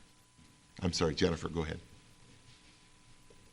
Okay, my last question isn't a question so much as a concern. This is the first time I've heard about any potential, underground facilities. Could you talk a little about that? And I gather maybe you, and are we talking about those in that easement off of Crittenden Road? Let me maybe allay your concern there. When you say that was the first time you'd ever heard that, that was the first time anybody ever mentioned it. You didn't miss anything. No, that was hypothetical. That was really to just, as a land use and planning attorney, I think of, developments. You don't want to start cutting off little pieces and not rezoning. You want sort of an integrated development. And I posited that as a hypothetical, that what if you wanted to put in something, it's intended to be left in its natural state, except that we may want to put something under it. That was purely hypothetical to answer the question why we would want to have this as part of the rezoning. Are you doing okay getting names? I would also like to state this is the... Sorry, Jose. Are you... Dan's been making me a list. Okay. I just wanted, because I know people keep coming up to the microphone and not always stating their name again. Jose Fernandez. Just would like to state this was also the first time I've heard of something underground there. We have no intention of anything underground there. I think that if there were anything that would be there, would probably be a utility like a water main that might be required, but there's no plan, no thought, no intent. Thank you, Jose. Thank you. Thank you, Jennifer. Yes, come on up. Yeah, come on. Judy McMaster, 98 Southland Drive. I have a question about the containment of light and noise pollution. Because already with the laser lab in the back, I experience problems with noise and light pollution. We have great plantings in the back, they don't limit it. And if there's going to be a parking garage in there, I'm going to go wild.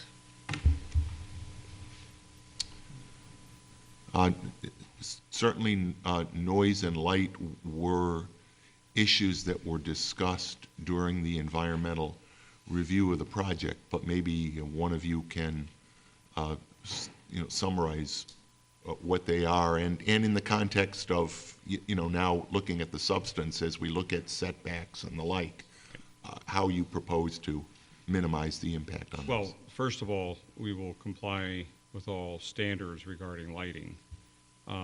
There's also noise restrictions. But I guess I would stress this, that as I said at the outset, every one of these building projects will go to the planning board, and your concern is the planning board's concern. And these projects will be treated like any other projects that come before the town. They will be subject to a very, very careful staff scrutiny as well as board scrutiny, as well as outside engineer scrutiny. Will comply with every regulation that is there. Tom, one of the things, and again, I'm sorry, and we'll give you a chance to continue, but on a related note, on a lighting related note, One of the topics, as you know, that the town has raised with the university is the use of LED lighting to significantly, again, and you've stressed in your IPD regulations, sustainability. Clearly, the use of LED lighting is an area where the technology has come a long ways in the last few years. And frankly, we are looking for a commitment on the university's part as part of your commitment to the sustainability of this project. And I'm interested in hearing where you're at this point in terms of the use of LED lighting. Okay, let me ask, if I could, Jose, to answer that one, hear it from directly. Every project that we go forward with, we're always looking at improving the energy efficiency of the building. We apply for NYSERDA grants constantly. We're looking at the latest and greatest technologies that are available. LED is clearly something that is proven itself, especially in parking lots, and we're using those there. With respect to buildings, we're still analyzing LEDs relative to Super T8s, also very cost-effective technology that NYSERDA provides grants. Rather than saying that we're going to be committed to LEDs, we're always going to be committed to the latest and greatest energy savings and the best lighting. So there might be something better than LEDs. We'll do that as well. When you get out to the 20, 30, 40 years that you were talking about earlier, I know we all hope and expect that technology for energy and lighting will have gone way beyond. Definitely. Okay. I just wanted to say, why I'm concerned about the noise is, I was at the earlier meetings, and I understand that it would be within the rules, but the university's trash is picked up at 4 a.m. multiple times a week, every week, and they run some sort of generator, like during the middle of the night, that runs for 20 minutes, and if you want me to document it from here on in, I will. Well, the trash is the trash is certainly an issue, very honestly, because our town code does have limitations on when refuse pickup can be had. If that is in fact the case, I mean, we're going to have to chat with the university about their hours of operation on the hauling. I don't know if any of you know about the generator, but it sounds like that's something we ought to try to find out. Thank you. I have a couple questions. Well, let me just, is there anyone else in the audience that would like to address the board right now during the public hearing? Don't worry, we're going to give you, before we end for the evening, we'll make sure again that if you have any questions, but. Supervisor, and you're inviting the public not just to ask questions of the university, but also to make comments. Oh, absolutely. Absolutely. Thanks, Ken. Hearing none. Louise? I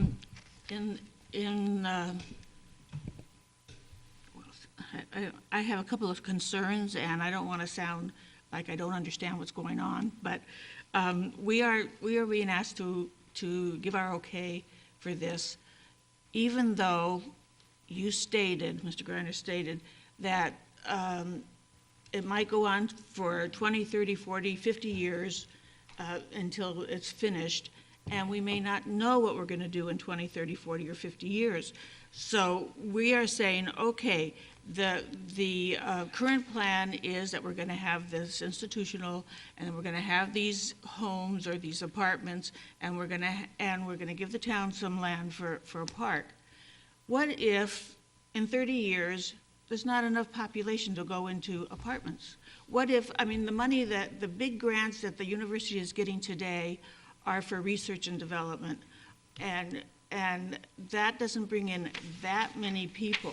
And so how do we know that you're going to need it? So if you don't need the residential, what are you going to put there instead? And you have to come and start this whole process again. And to me, it sounds like we are approving something or saying okay to something that may possibly, and good probability, not be what's going to be there. It's a fair question. And I think the answer is this.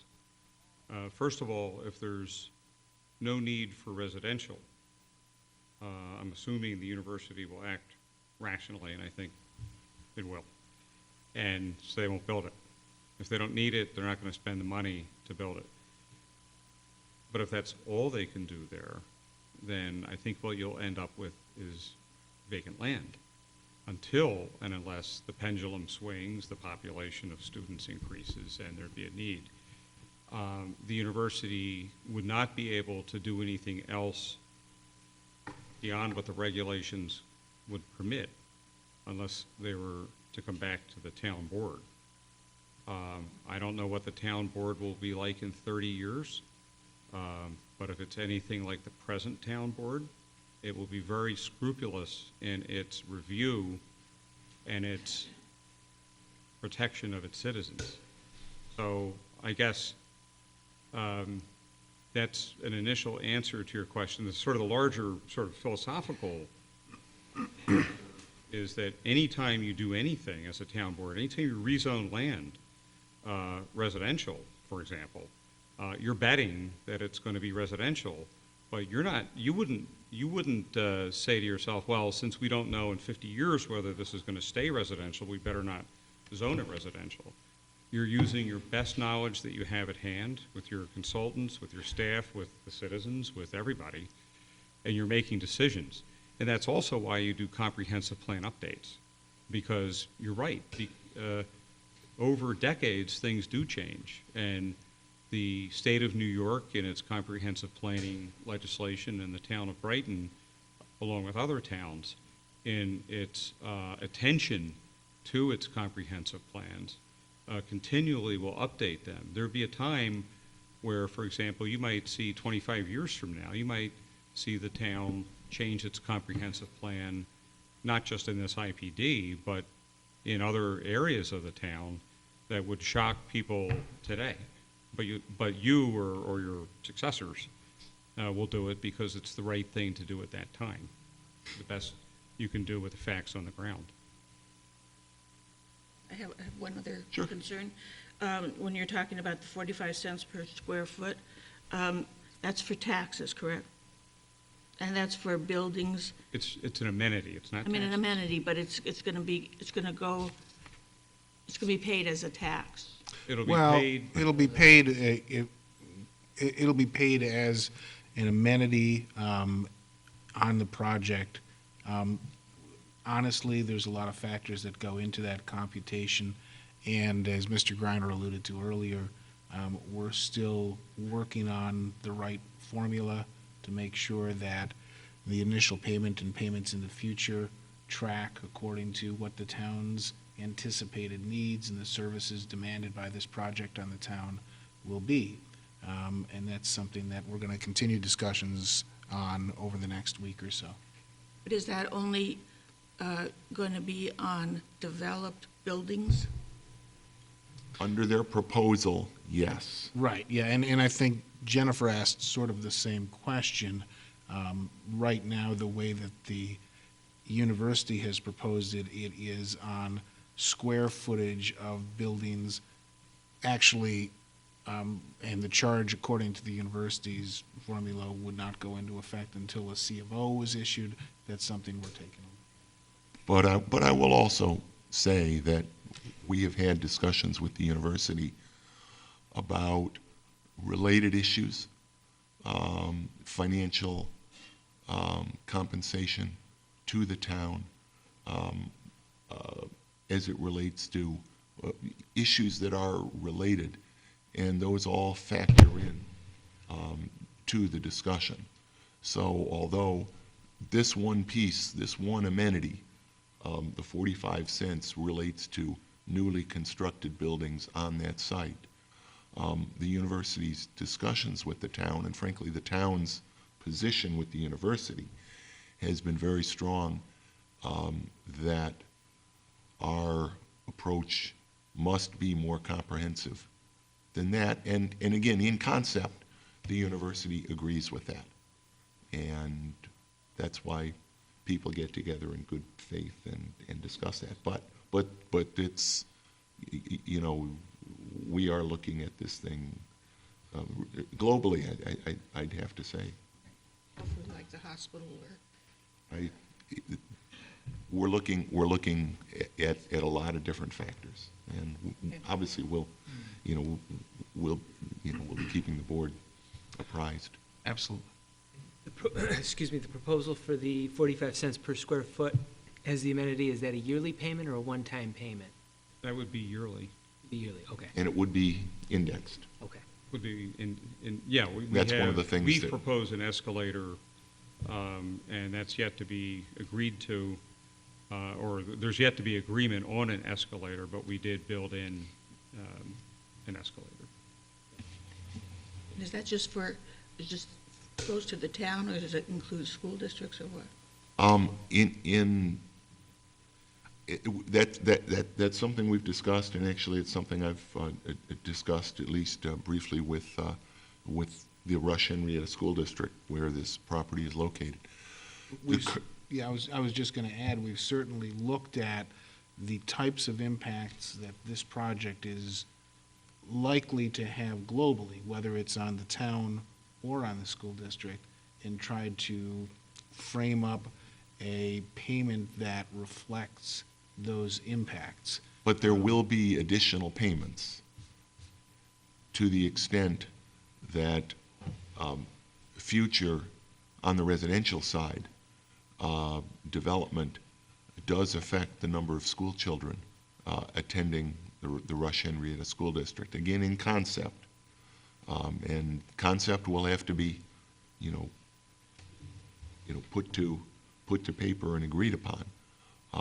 But again, I think it's fair to say that the university understands and agrees that to the extent that it changes it increases the population of students in the Rush Henrietta District, that they will, in good faith, reflect that as well in their payments. There are obviously now some students from Whipple Park that do attend the Rush Henrietta District. We have someone behind you, Tom, that wants to ask a question. Please. Thanks, Jim. Hi, my name is Carol Aquilano.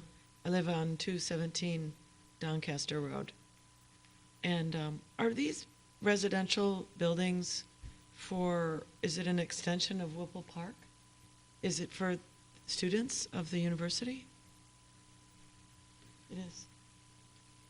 It's certainly intended for students, perhaps for faculty, but people connected with the university. Yeah, not just they're not market rate apartments that are going to be let to anybody, if that's what where you're going.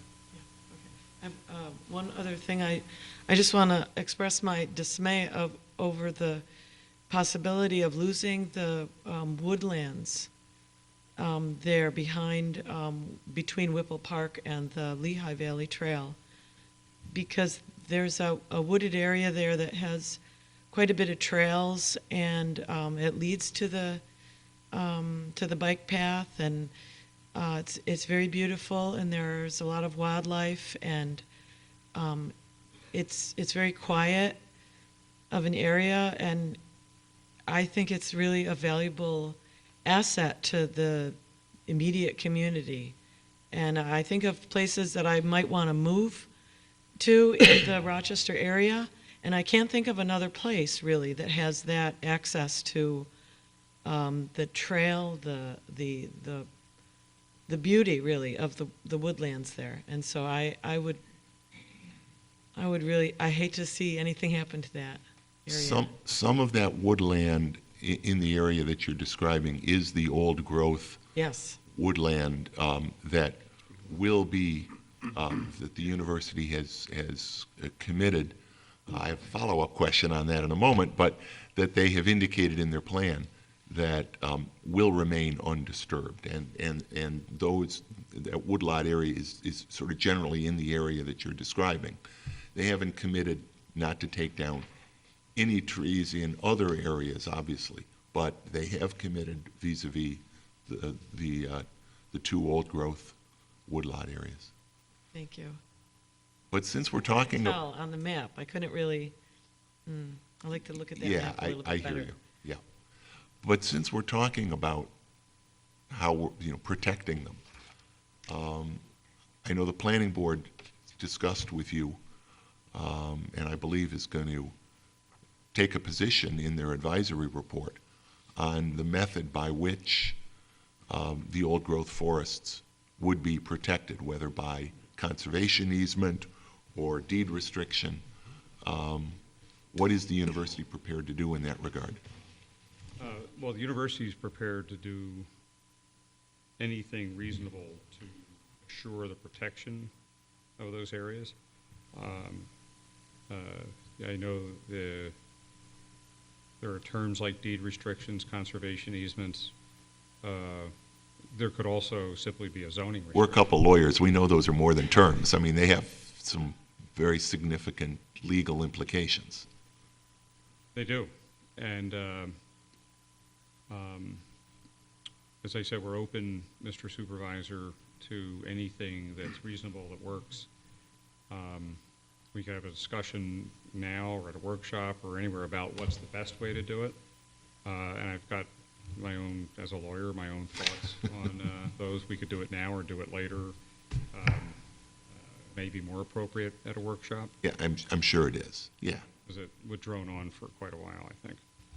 Tom, is there an overlay between the wetlands and the old growth habitat that's being protected so we can see? Small. We could probably get the slide back. With the two of them combined. There's a small area of overlap, but by and large, they're actually distinct. Because it would appear. Yeah, they're contiguous. Right. Right. But I mean, it's not like a lot of the old growth habitat is in the wetlands, if that's. From my looking at these diagrams, if I put the two side by side, it appears that the old growth habitat to the west of Whipple Park is to the north, and the wetland is just directly below it. Right. So it almost appears as if that entire side is protected in that fashion. I just meant they and weren't. And then another wetland above it, and then another old growth. So it seems like it would be helpful if we had the two of them combined to see how that whole side is laid out. We can do that. And plus, if you don't have them, we'll make sure you have the slides so you can see them and study them. But yeah, there's quite a lot of contiguity there. There's not, what I was trying to say, overlap. It's not like they're on top of each other, but there's certainly a lot of contiguity. And I just want to add to that, in the adopted finding statements, there's reference to no-build areas, both in the woodlot, the old-growth woodlot areas, and in the wetlands areas. Right. And so they do form up a prohibition. I mean, the supervisor's question is an excellent one, as to, okay, conceptually, we have no-build areas. Right. How do we put it into effect is a important matter. Well, I mean, to me, if we can just get to this just for a minute, again, I don't want to get into an extensive discussion unless you want to, in which case we can. But to me, given that we're dealing not with like a subdivision where you have tracts and you have lots on the subdivision, to me, a zoning restriction with good identification of what that zoning restriction or limitation applies to is probably the simplest thing to do. Did we answer your question? I'm sorry, or did you? Okay, thank you. Tom, I've got a question here. Let's talk about height of buildings, number of stories, and so on. You go from 390, where it's 90 feet, right, and you progressively reduce down to 35 feet just inside the buffer. Correct. As I'm looking at this. Inside, and there's, say, like an extended area outside the buffer. Yeah. That would be 35 feet, right. Right. And it looks to me like you have a 100-foot buffer from the property line, but also another 100 feet you're using as an additional buffer? For height, yes. For height. For height. In other words, anything built outside the buffer, but within that additional 100 foot, could only be 35 feet high, like basically comparable to residential height. Because I think it's important to the residents to understand what we're talking about here. You're having a wooded buffer of at least 100 feet. Right. And then the maximum height in the next 100 feet could not be 35. any higher than 35. Correct. Is that correct? Everywhere where it abuts the residential, right. And you interpret 35 feet as being how many stories? 2.5? I mean, 2.5, like a Less house. than 3. Right, less than 3. Okay. I feel like I'm asking, this is College Bowl, and I'm getting the follow-up questions tonight, but as it relates to height, and Jim, you talked about the 90-foot area, the very northern part of this property. There are two sort of standalone areas, one east and one west of Kendrick Road, both of which in your plan are indicated as potential 90-foot areas, one of which currently has, as you mentioned, what's on there, and one of them is largely wetland. Right. Currently. Right.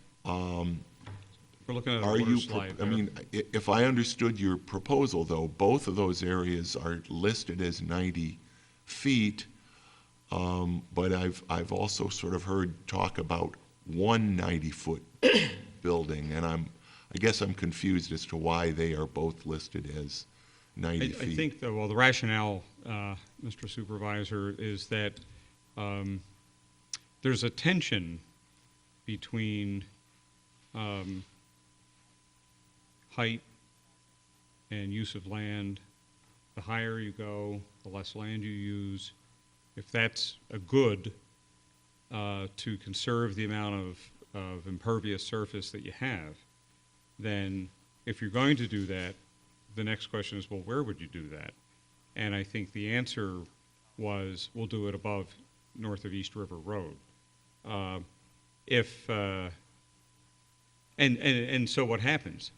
Not only do you preserve surface and keep it green or pervious, you also, by putting more density, if it does happen that way, up north of East River Road, because we have a maximum density, you're also then limiting the amount of building that could be done south of East River Road. So that's the tension. The height issue is an issue. People say, well, that's really high. I'm like, okay, so where would it be where it's high enough to create some utility would be acceptable in terms of its height and in terms of its use of land? So that was the rationale for making north of East River Road, away from the residences, the highest point. If it doesn't make sense to build a building on the west side of Kendrick Road, then I doubt the university would build it. Are you, though, holding out the possibility that there would be more than one building of up to 90 feet? I see what you're saying. I actually can't answer that question except to say everything that we've done except for the imaging building is conceptual. So I don't think we've ever had any discussions where we would say, well, we'll have the one, the Fernandez Tower, and that's it. I don't think we've ever had a discussion where we'd say, well, we're going to do 2 of these to make sure they're symmetrical, or we're only going to do one so that everybody will look at it. It's never come up. It's more hypothetical. It's more if we're going to have tall buildings, they would be north of East River. And that's about the level of discussion that there's been. Okay. That answers my question. Mellon?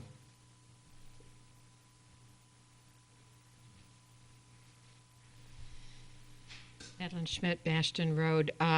Before I get to my question, I just wanted to note that that was a question that came up in our community meeting as well, pointing out that that second, a 90-foot building that you're referring to in a wetland area would also sit right next door to the massive utility development that now occupies some of that space.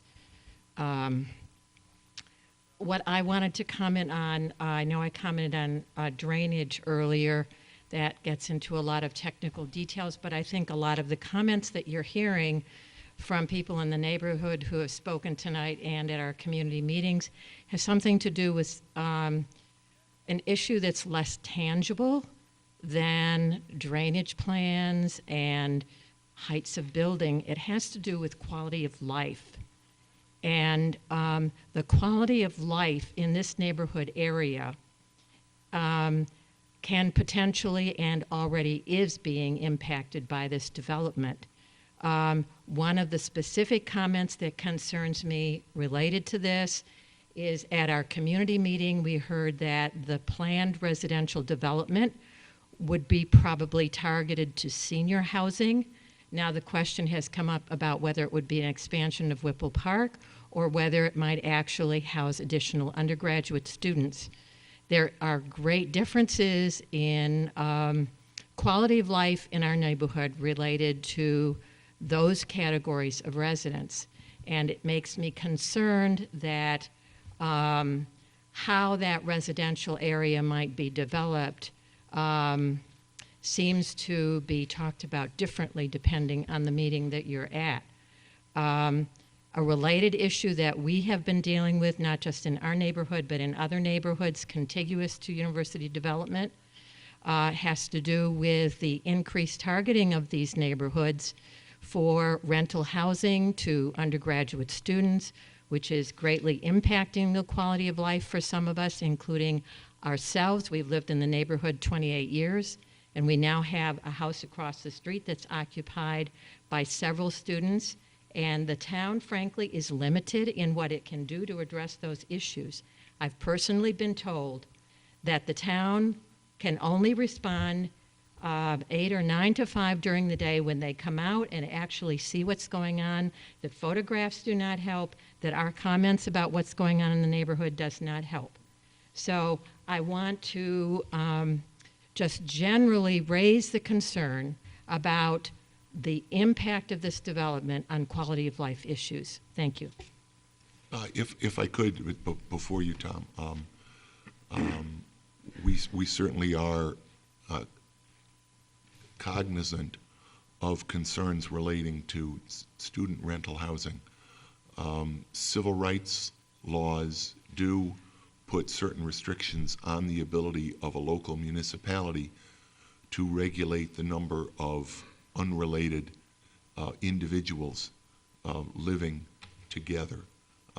There's a long line of cases relating to that. We do, I certainly believe that our laws are as aggressive as the current state of the law in that area would allow us. Now, the town, can and does, I mean, you mentioned responding between 9 to 5. Forgive me, my voice may go. I'm fighting a cold here tonight. One of the things that sometimes can happen, one of the ways we sometimes determine that a given property houses more unrelated individuals than is allowed by law, is if there's a police call. Obviously, that can happen at any hour of the day. We do take calls at any time of the day.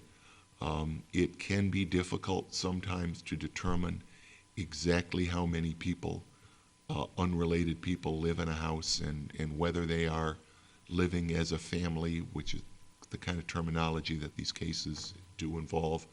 But I do want to assure the neighborhood that it is something that if we hear from you about a property, we do take it seriously.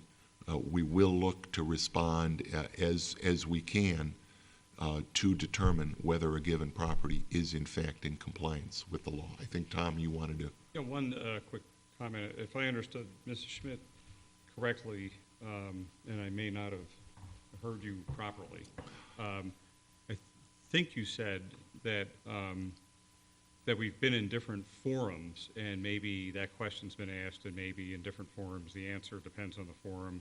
Did you say something like that? I did. Okay. I said when you came to Okay. the neighborhood meeting, there was more discussion of senior housing. Right. I guess what I wanted to do is apologize if there has been any confusion about that. But what I would rely on here, and that is for many months, we've had regulations being drafted.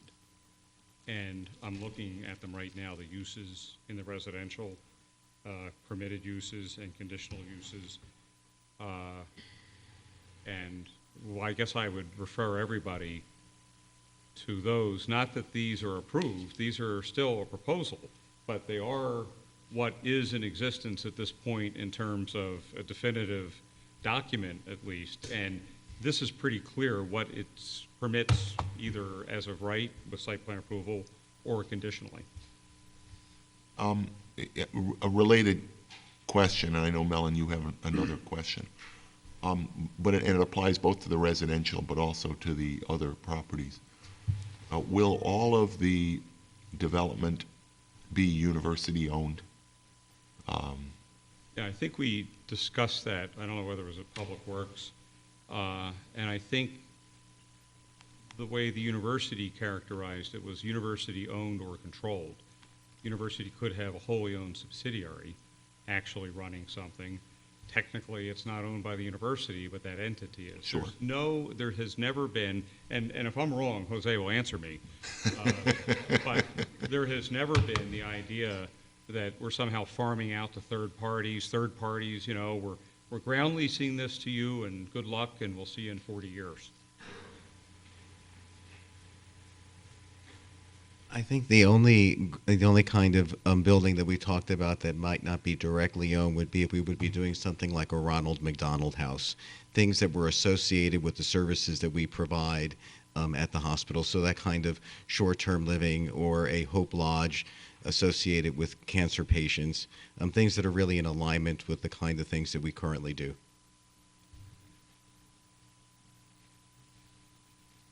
Just for clarification, I wasn't referring to market rate housing. I was referring to the university's plans for use of that residential area, understanding that they would be owned by the university.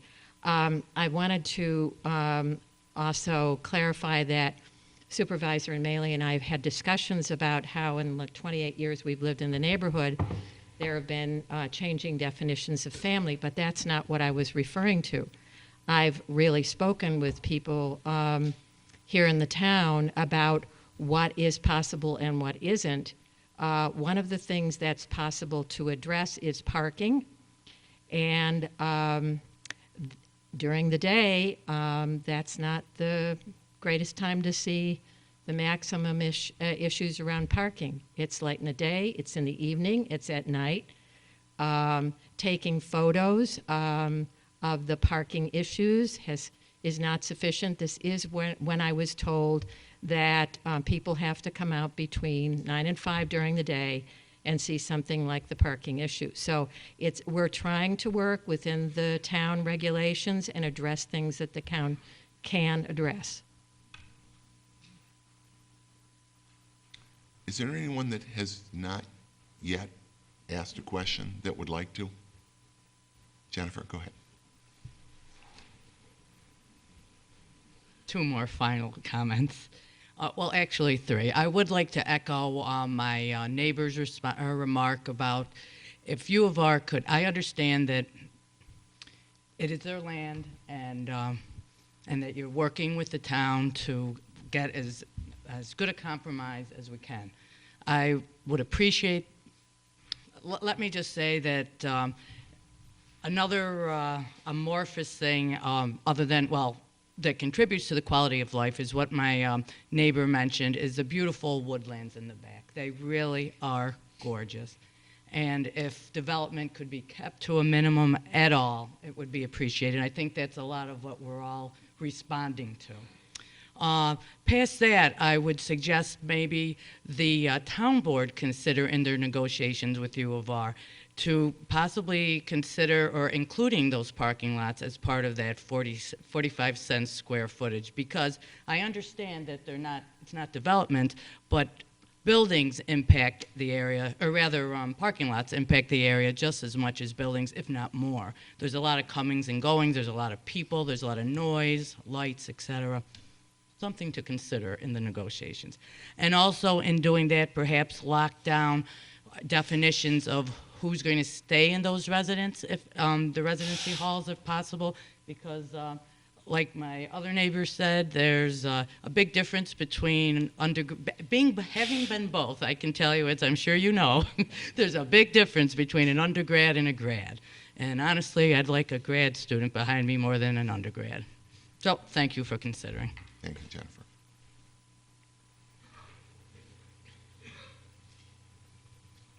One other question on heights. That would include cooling towers, elevator bulkheads, stairwell bulkheads, and so on, Yeah, correct? I think, Mr. Vogel, I think we had discussions with the town on this, and Ramsey could correct me if I'm wrong. All of our height limits were in connection with the way the ordinance reads regarding height. In other words, and I'm saying this as a generality here, that we would be treated no differently than any development in the town vis-a-vis a height. Okay, so there are certain things that are exempt from height restrictions, certain things that are used to calculate height, and we would be treated that way. Thank you. Ellen, are you here? I just wrote a note to Mark Henderson and asked him if he could go out some evening and just check. Mellon. Mellon? I'm sorry. Look, I heard it. Could check the parking situation unannounced, and he said that he could send a car out. Do you have a specific address or any? Why don't you share it offline? On television, right? Actually, what I was going to offer offline was we can also look at the winter ordinance. Correct. Which will go back to the data collection and help the town board in there. But I'll meet you in the hall after.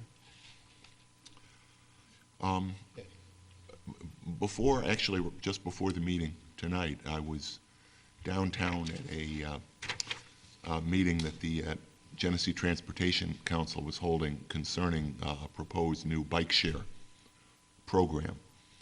And I heard the good news that the university, which already has sort of a bike library type of program, is supportive of the plans for a bike share. And in fact, the River campus area and the medical campus area are currently scheduled, I think, in the second phase of that project. The MCC area and Corporate Woods and some of the nearby areas are in a third phase. That's the first part of Brighton that's under consideration. And then much of central Brighton is proposed for a fourth phase. At the present time, the South Campus area isn't included in what was put out in front of the community. I know we've talked about bus transportation, and you've indicated that you already do and will continue to work with RGRTA. Is there a willingness, hopefully an eagerness on the part of the university to work with the bike share program, and particularly to see that it expands into the South Campus area? Because I think it's a natural target for that program. I'm going to defer to Jose again. I think that this is something that we will naturally evolve, and we'll do this at the River Campus. It'll then probably flow into the medical center as well as the South Campus. It's part of our overall transportation program at the campus, where we're trying to encourage people to take public transportation, encourage alternate means of access to the university, very much part of our overall program.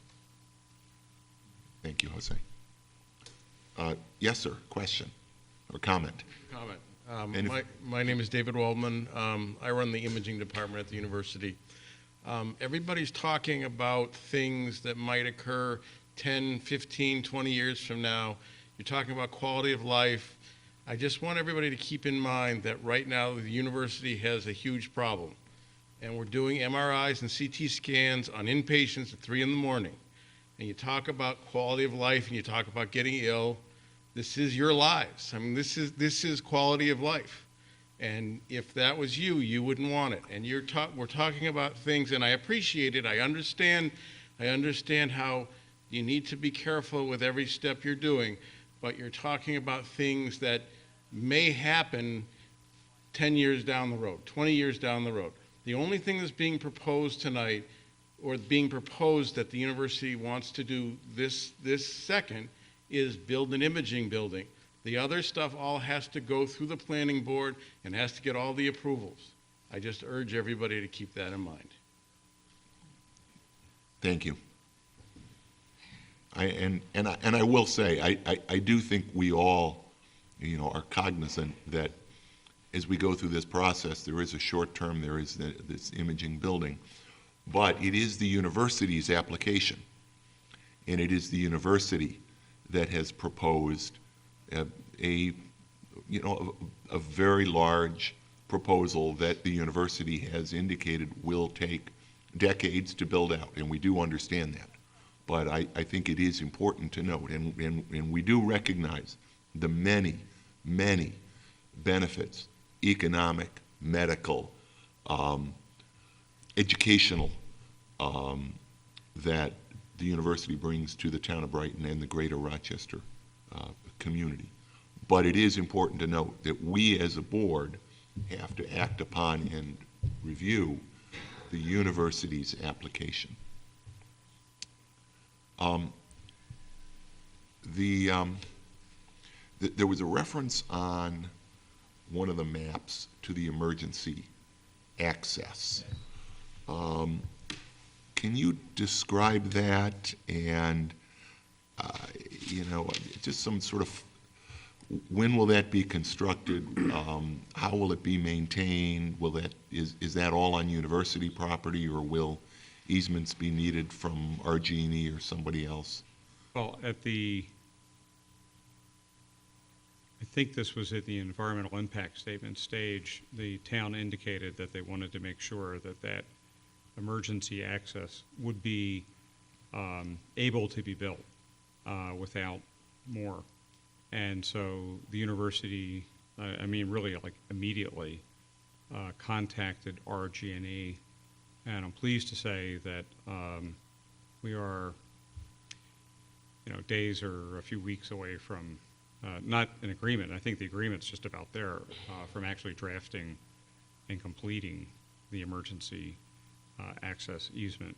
And it will be over the very southwest part of the IPD. In fact, actually, we don't need to turn the lights out again and whatever, but it was over there, and if you saw the strip that was owned by the university kind of over down here, the emergency access is right across that because RG&E owns a 40-foot strip there too. So that's all just about done. I haven't seen a lot of the details of it, but I would imagine that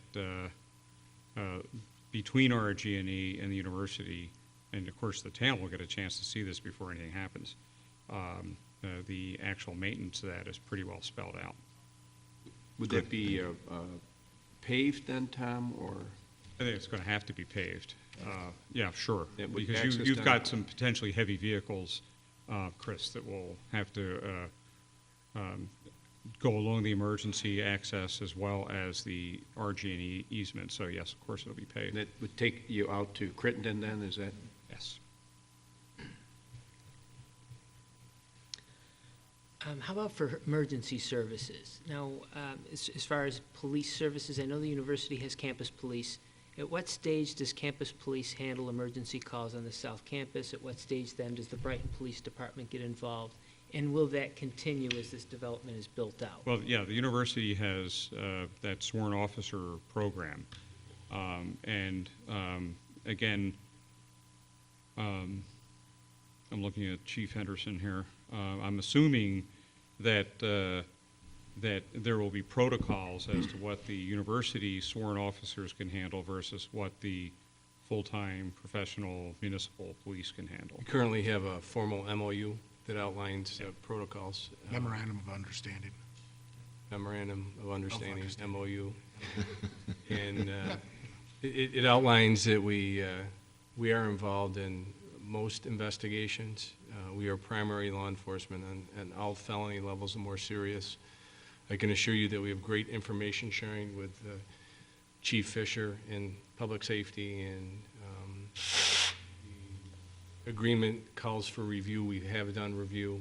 We are currently working, not just with Whipple Park, there's some sites off of West Henrietta Road that we're working on arrangements. We have met, we have tweaked our response a little bit. We'll continue to do that. I'm confident with the current structure that we have that it'll be a good thing. So basically, for minor calls such as noise complaints or traffic violations, campus police handles that, and then for the more serious felony level complaints, then the Brighton police become involved then. Currently at Whipple Park, it's used as an example what we have right now. There is some crossover on a noise complaint. The university is getting more autonomy, and they're handling some of that themselves. We have a system in place for notification and, you know, what I heard earlier about how it can impact the quality of life. Certainly, if one of the neighbors calls that's outside the university, we will be responding, the Brighton Police, and then we will contact the university to work on a solution to the problem together. Thanks. How about for ambulance services? Does the university have a private contract with an ambulance company for calls over at the South Campus currently, and will that continue as this is built out?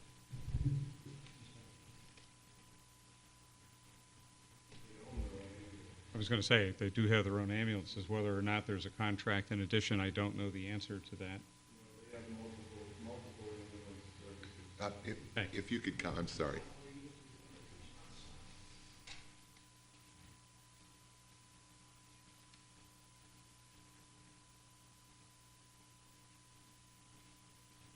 David Waldman again. The university uses multiple ambulance services. They do own an ambulance which goes between Strong and Highland for the most part. Right now, there is a memorandum of understanding for off-site campuses, which this would be considered off-site to the hospital, and the off-site regulations today are that you call 911. We don't usually handle any emergencies at that site. So we usually call 911, an ambulance arrives, whichever ambulance is there, and then the patient gets transported to the hospital. So what I'm trying to get at is I'm trying to figure out which company. So if somebody calls at Whipple Park because they're having an incident, they need medical attention, they call 911. 911. Who's the responding agency? Is it BVA? Is it the Rochester Fire Department? Is it Rural Metro? I can give some perspective on that. We are also dispatched on any ambulance calls in the town. Currently, the structure at Whipple Park is Brighton Volunteer Ambulance will be the primary medical response. The Rochester Fire Department, based on the severity of the medical call, may be dispatched as well, along with the Brighton Police. So it is BVA that Okay, responds. so it's municipal services then that are responding Yes. to ambulance calls on the South Campus. Okay, thanks. Tom, I've heard quite a discussion, a couple of people at the last West Brighton Forum about traffic over there, and this is before anything's been built. How is that going to be monitored, and how is that going to be approached or mitigated as this develops? There's a plan to do periodic traffic impact studies. And so at every step of the way, we'll really have good data on traffic. I mean, really competent data on traffic, just like we've had in the past. Do you want to, Dennis, maybe just expand on that a little bit? And what opportunities do we have for relief of traffic congestion as we see the need develop? Yeah, again, Dennis Kennelly, TY Land. We had a very extensive meeting with the town, the state, county, and city DOT representatives. Because this is a long-term plan, some of the traffic impacts aren't all known.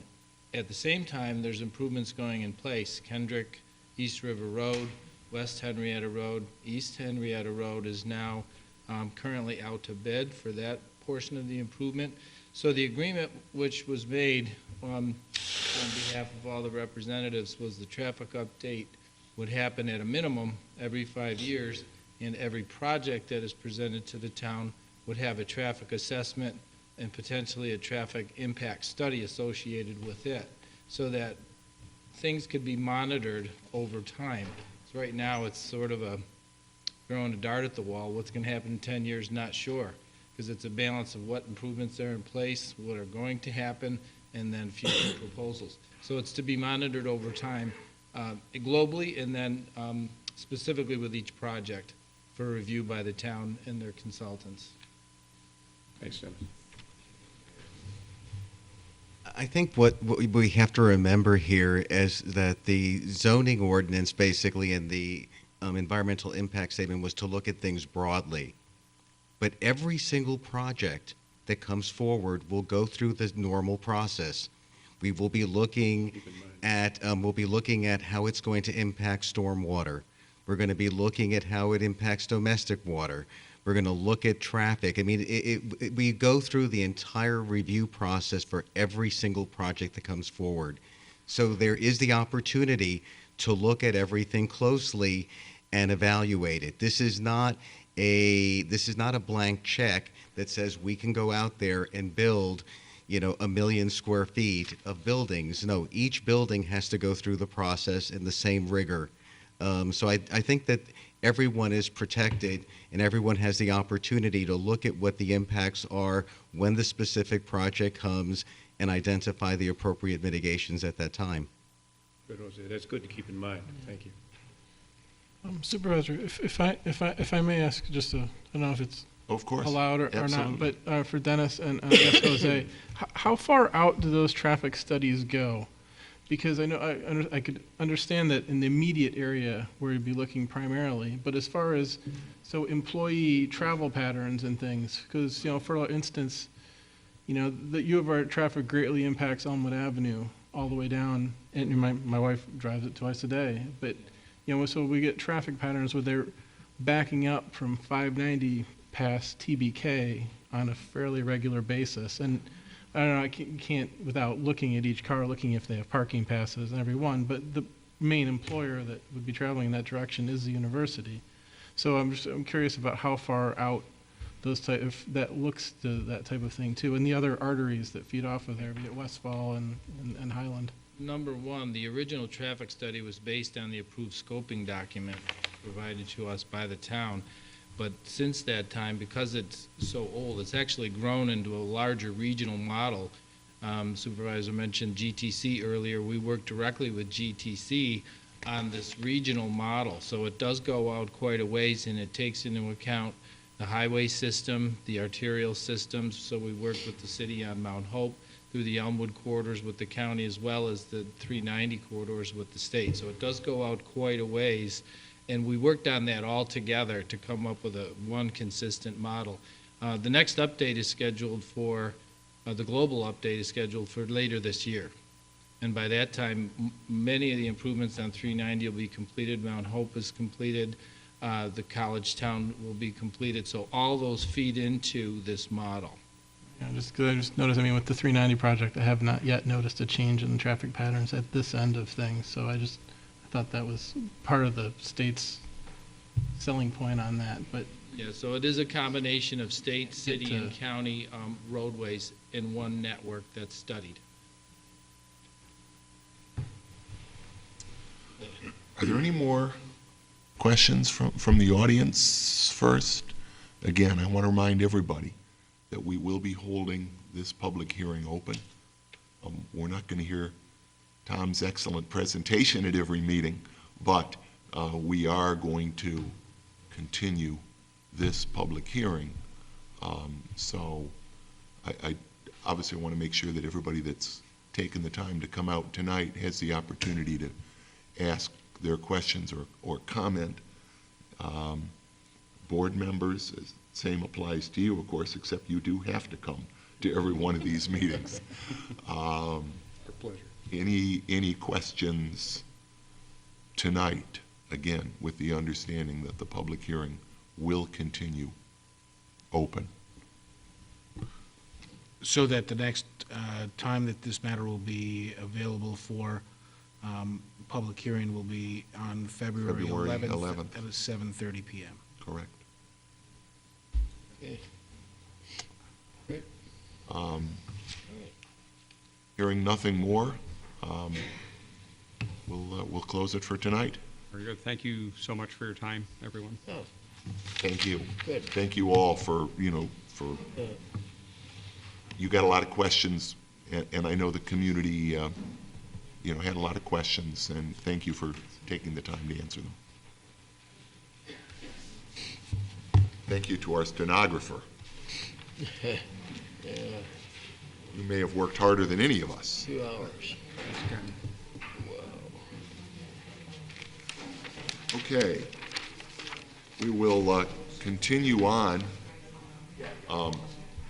with the agenda, and I would ask for a motion to receive and file communications, including the additional item of communication we received from Bess Watt.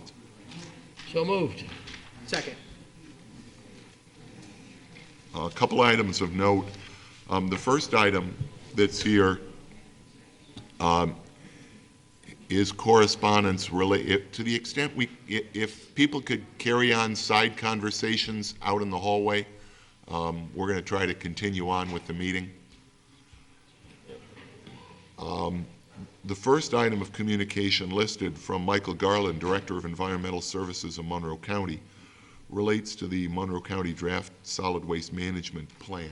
That plan got some visibility in the paper, in the media, relating to the presentation of that plan. As you'll see in the agenda, that document is available on the county's website as well. I guess the one thing I would note, and the one item that's out there that I think we can all relate to, is the fact that studies show the county is now able to, and in fact is, able to receive recycling, non-separated, single-source recycling. What they have not done, what they have not yet been willing to do, is provide larger dumpsters to facilitate that single stream of recycling. Studies show significantly enhanced compliance, participation in recycling when larger containers are available to facilitate single sourcing, single streaming recyclables. So I know that message was out there in response to this plan, but I do want to encourage the county. I know there's an expense involved, and we face expenses for all sorts of very important things. But I do think that the ability to recycle, to really ramp up our countywide recycling to the next level by fully implementing single stream recycling would be a positive, and probably right now the simplest, most effective way to do that would be to provide larger bins for the public to do their combined recycling. Does that mean that the haulers have to? They already can. They already do. They already do, but I mean, are they the ones that would have to provide the totes? The county. My understanding is it's the county. Yeah. One door. We need to keep a door open, but but maybe we can try to close it down a little bit. Bill, I know another important matter is Brighton Fire District's change of going away from their direct contact for dispatch, that they ask that all dispatching be done through 911. So you need have fire need service by the Brighton Fire District, please call 911. Good. And it's always nice to see, we got a letter from Boy Scout Troop 3 to Chief Henderson. The Scouts got a tour, the police department, officers Ruffalo and Hoffman gave them that tour, and it's a letter of thanks, and we always like to pat on the back for our great police department. Fire Marshal Chris Roth. What's that? I see Our fire marshal. our fire marshal's been recognized for his volunteer. Yes. Yep. Absolutely. That's the correspondence from the National Fire Protection Association. Kudos to Chris Roth. Absolutely. Thanks for pointing that out. We all know what a great job Chris does, but he is a volunteer as the panel chair of the National Fire Protection Association Standards Committee. Okay, we have a motion and a second to receive and file those communications. Anything further? Please call the roll. Councilmember Vogel? Aye. Councilmember Novros? Aye. Councilmember DeFonzio? Councilmember Warner? Aye. Supervisor Mealy? Aye. Committee reports. Louise, Parks, Recreation, and Community Services. Yes, the Parks, Parks and Recreation and Community Services Committee met this past Monday, and Supervisor Mealy reported on the amenities we have or will receive from the Reserve Project, which include the lights on the canal, a boat launch and boat put-in, which construction is beginning on Monday, $290,000, which was put in the Parkland Trust Fund, $25,000 for a pavilion at Meridian Park, and $155,000 to be paid to support affordable housing. This came up because some of the members of the committee asked where we stood with what he was supposed to be giving us, and in fact, a lot of them didn't know that he already had done what he was supposed to do. Becky Cotter, the Director of Recreation, reported... Some of it's still ongoing, but yes, they've done a lot. Yeah. Becky Cotter, Director of Recreation, reported that the new fence at the community garden is almost finished. There will be 100 plots again this coming year. The Farmers Market Committee has been formed and will begin interviewing vendors for design services related to the renovation of one or more of the barns at Buckland Park for a winter market. A registration for the summer programming has begun. You can see our newsletter or go online to see what's available and to register. You could also register in person at the rec department. The Cabin Fever open house that was held last Sunday was a huge success with hundreds of people who attended.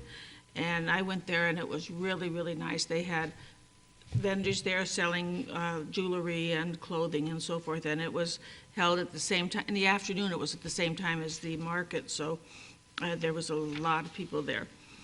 Matt Beeman, who's superintendent of parks, reported that on February 23rd, construction has started on renovations at the Carmen Clark Lodge at the park on Westfall Road, and this is expected to be finished by the end of March. The Field User Committee will be meeting soon to determine what fields have to be rested and how things are going on the fields.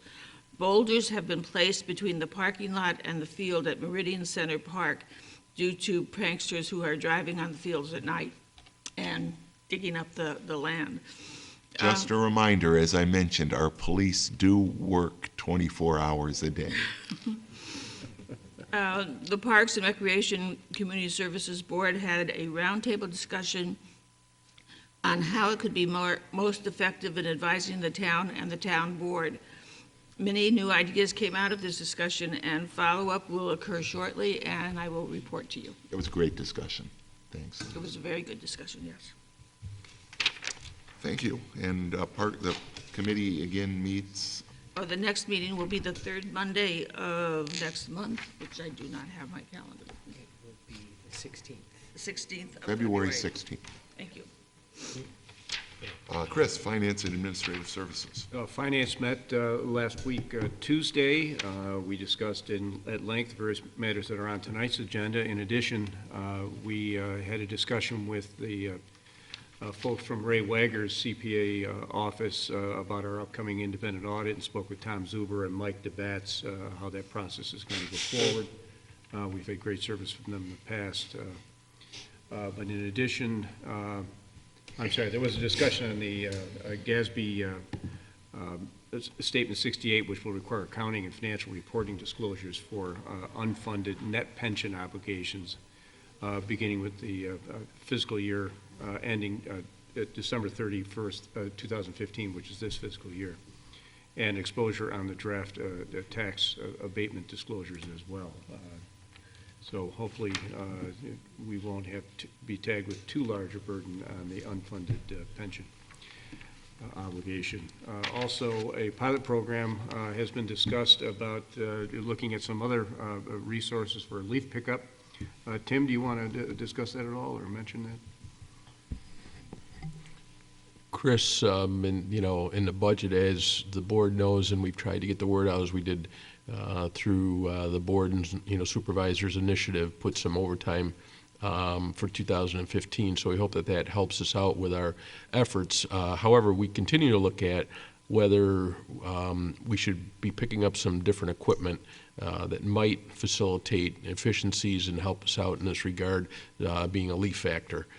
Suzanne and Andrew and myself and Tim Anderson met this week to start discussions. We will be back to the Finance Committee to, start presenting some information for, consideration, whether we would want to perhaps procure one of these, leaf factors as a trial and actually, put it to use and see how it would work. I think that's everybody's consensus, is that's where we would find whether there is going to be a savings or there's going to be efficiencies and an increase in our capabilities or whatnot. And then we'd have to proceed from there depending on what we found out. But I think it's certainly Bill's intent to try to take a hard look at this.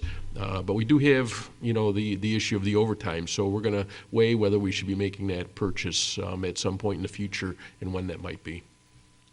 It's an important service, and obviously we're taking it very seriously, and the supervisor is leading the charge on that, so that's great. I appreciate everybody coming along with me. It's no fun to charge of one. We're all very concerned. Next meeting, Tuesday, February 3rd at 3:30 p.m. in the Stage Conference Room, and the public is invited, and we'd be very welcoming of any members of the public to come just to see how we work. Thanks, Chris. Jason, Public Safety. The Public Safety Committee has not met since our last town board meeting. Our next regularly scheduled meeting will be on Tuesday, February 10th. We meet at 8 o'clock in the morning in the lower level community meeting room, and the public is invited to attend. Thank you very much. Jim, Public Works. Public Works has not met since the last meeting. Our next scheduled Public Works Committee meeting will be Tuesday, February 3rd at 9 a.m. in the lower level community meeting room. And as Jason said, all these meetings are open to the public. And as both Chris and Tim discussed, the Public Works Committee is where we're initially going to continue that dialogue about, improvements and enhancements to our leaf collection program. Yeah, right. Okay, we have no old business, new business. Chris, reading and approval of claims. Bill, I've reviewed claims this evening totaling $1,361,232.15. Claims of note, at least to my eye, are the largest one was the first payment into the Brighton Fire District of $800,000 of tax monies that we've collected for them.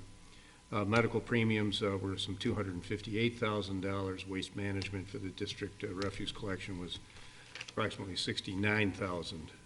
And also we had 31 subscribers to the rock climbing program in the rec department, some $2,000, and that's paid by the participants. But that's just a reflection of how popular these rec programs are. But I find the claims to be in order, and I move that they be approved for payment. Second. Discussion? Thank you, Chris. Please call the roll. Councilmember Vogel? Aye. Councilmember Novros? Aye. Councilmember DePonzio? Aye. Councilmember Werner? Aye. Supervisor Maley? Aye. It's been a long evening, but we're finally getting to the fun stuff. Louise. The next matter is to authorize the supervisor to execute an agreement with the Sky Coasters for the 2015 July 4th celebration. I move on the resolution as prepared by the attorney to the town. Second. A tradition, and it's great to have the Sky Coasters coming back yet again in the 201st year of Brighton's history, bicentennial +1. We have a motion and a second at the same price, by the way, as they have been. These guys don't even look like they're over 100. Some of them are getting up there. Boy, I hope they're not watching. We have a motion and a second. Please call the roll. We love the Sky Coasters. Councilmember Vogel? Aye. Councilmember Novros? Aye. Councilmember DePonzio? Aye. Councilmember Werner? Aye. Supervisor Maley? Aye. Jim. And the next item is approval to transfer funding from the Corbett's Glen Park Maintenance Supplies account to the Buckland Parks Maintenance Equipment account. I move on the resolution as prepared by the attorney to the town. Second.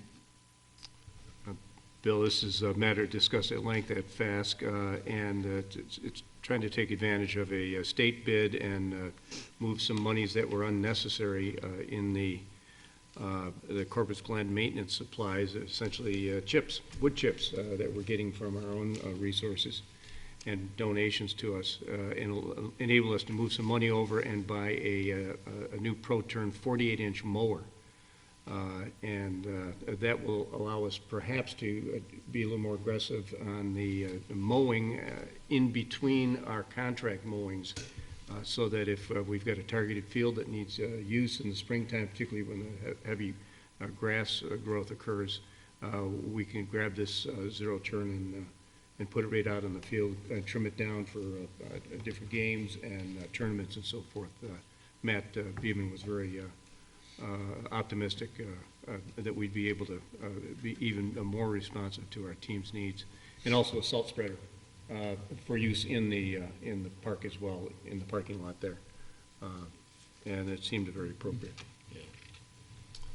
We have a motion and a second. Anything further? Please call the roll. Councilmember Vogel? Aye. Councilmember Novros? Aye. Councilmember DeFonzio? Aye. Councilmember Werner? Aye. Supervisor Mealy? Aye. Chris? Next item was to declare particular police department fixed assets with no remaining value as surplus and authorize their disposal accordingly. I move that we adopt the resolution as prepared by the attorney for the town. Second. Discussion? Please call the roll. Councilmember Vogel? Aye. Councilmember Novros? Councilmember DeFonzio? Aye. Councilmember Werner? Aye. Supervisor Mealy? Aye. Jason? Yes, the next matter is to receive and file a letter dated January 20, 2015 from Commissioner of Public Works Timothy Keefe listing particular town streets to be considered for speed limit reductions and set February 11, 2015 for public hearing related to same. I move we adopt the resolution as prepared by the attorney to the town. Second. We've had a number of streets just recently come in, the Monroe Meadows neighborhood, Elmore, Laconia, Meadow, Orchard, Sunset, Willowdale, and Windhurst. We also received from the Southland, Doncaster, Furlong, and Sylvia that also have requested. And we are going to, I'm just looking here, the correspondence lists them all. I'm concerned though, oh yeah, yep.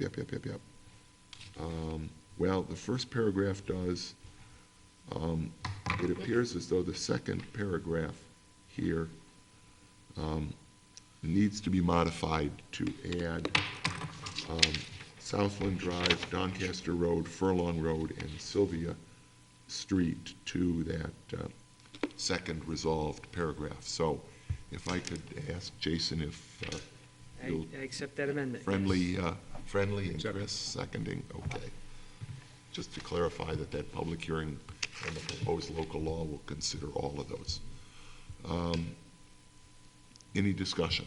Both of those requests came in through public safety. One came in during our December meeting, the other one came in our January meeting, and I think at our last meeting, we decided that it would be more effective or more efficient to schedule both public hearings on the same night.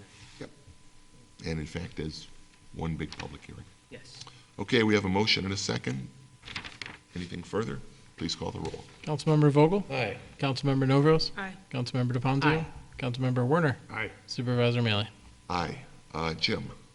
Next item is to move in the resolution appointment of a particular person as vice chairperson for the Brighton Zoning Board of Appeals, Christine Corrado. Move in the resolution as prepared by the attorney to the town. Second. Christine has been a member of the zoning board, and we appreciate her service, and we appreciate her willingness to step up into this new position. Great. Jim didn't say effective immediately through December 31st, 2017. Correct. Yes. Oh, yes, effective immediately through December 31st. But that was in the resolution, that's what I said. 17, Resolution. I'm not sure. that that's 2017. correct. 2017? I will tell can you, look at this matter. I will tell you this. I know that our law does not specify how long the term is. And, How long is her term? well, how long the term of the chair and the vice chair are. That's a change, that's something we need to look at in our code. I'm going to suggest, it doesn't say, I've looked. My question was, how long is her appointment? Her appointment. To the ZBA? Exactly. This should run coincidental, certainly Or no longer. no longer. Yeah, concurrently, Right. yeah. I believe that, I think it's a 2-year. She's in her second year. But was she appointed to fulfill an unexpired term of a You know, that I'm not sure, but I don't believe we appoint. I'll tell you what, though, this is, I know Mary Ann was gonna, we're gonna take this term. If we need to change it, we will.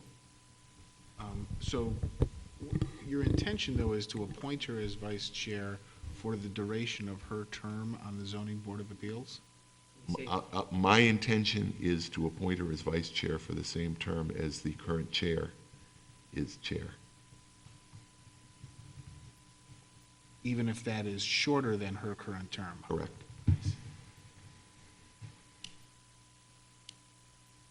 Tell you what, to remove any uncertainty, let's do it for 1 year.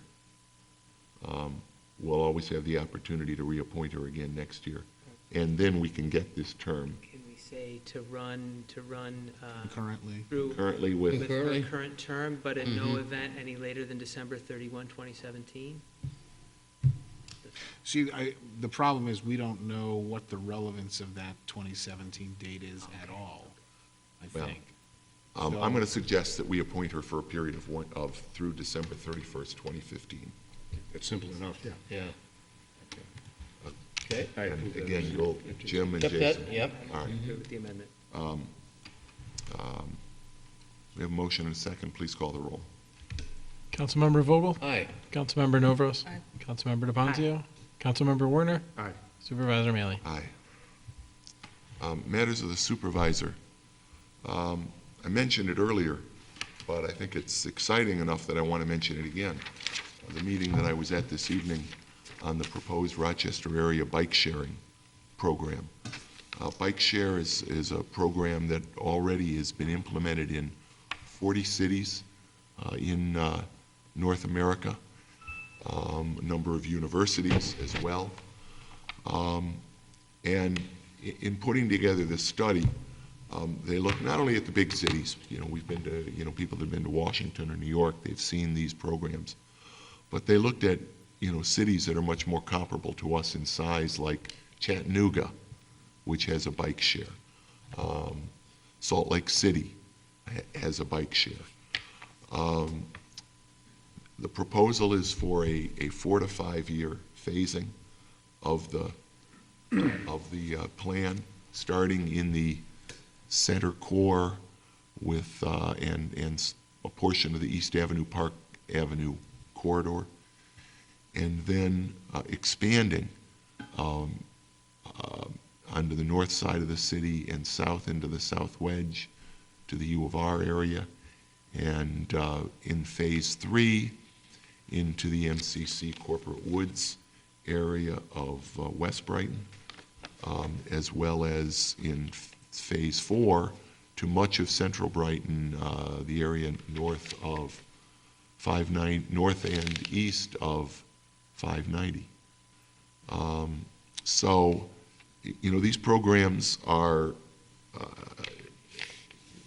provide a number of potential benefits: health, mobility, economic development. There's already some indication that near these bike share stations become hubs for economic development as they become extensions of existing transit systems. Obviously, the environment, they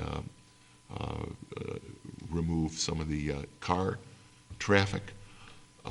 Equity, this is certainly something that they were very conscious of making sure it was accessible in those portions of the city of Rochester in particular, where there's an extreme concentration of poverty now. So there are a number of benefits of this program, and the study is out. It's on the web. If you go to the Genesee Transportation Council's website, you'll get a link to it. Our town engineer, Mike Guyon, was there as well. Like bus transit and other forms of transit, these are not profitable.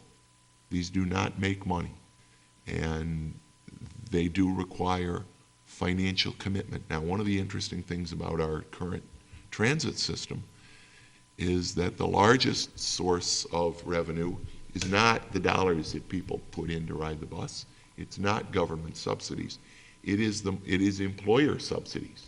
It's the money that employers spend to make sure, just as we asked the university tonight, to make sure that there is bus transit.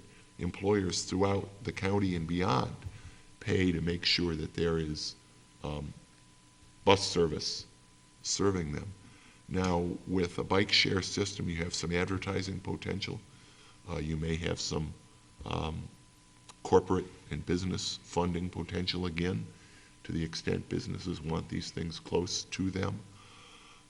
They're typically, they can be run by not-for-profits in many cases.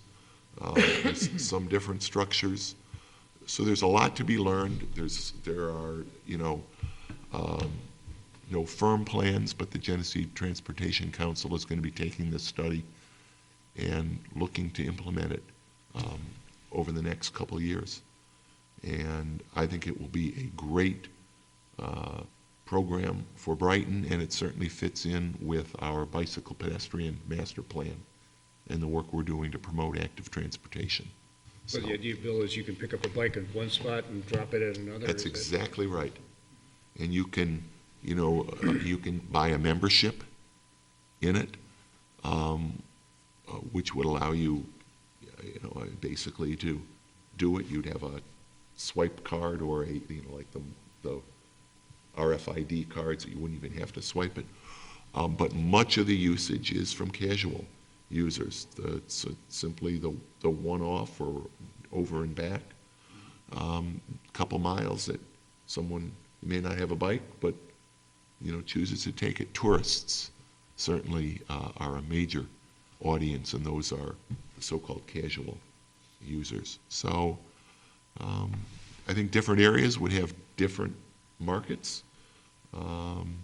but we have some concentration of employers and residences in different parts of the town that I think would gravitate to a bike share system.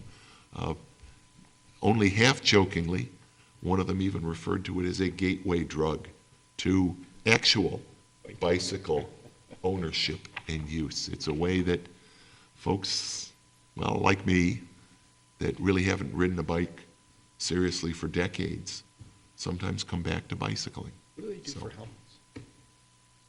Yeah, that's a very good question, Chris, and I can't answer it. Because I recall this bike share in Europe and taking a bike out in Amsterdam, and as I recall, there weren't, I'm sorry, not Amsterdam, Vienna, but there were no helmets. Great question. We didn't wear. Yeah. Interesting. Yeah. Going to be interested in the answer to that. Thank you. So that's all I have. Matters of the attorney. Matters of the clerk. Nothing tonight? Matters of the town board. Actually, just to report since the last town board meeting is that the Comprehensive Review Committee did meet the day after our last town board meeting, bright and early at 8 a.m. And the purpose now is we have our parameters through NYSERDA and working up the request for proposals from a consultant.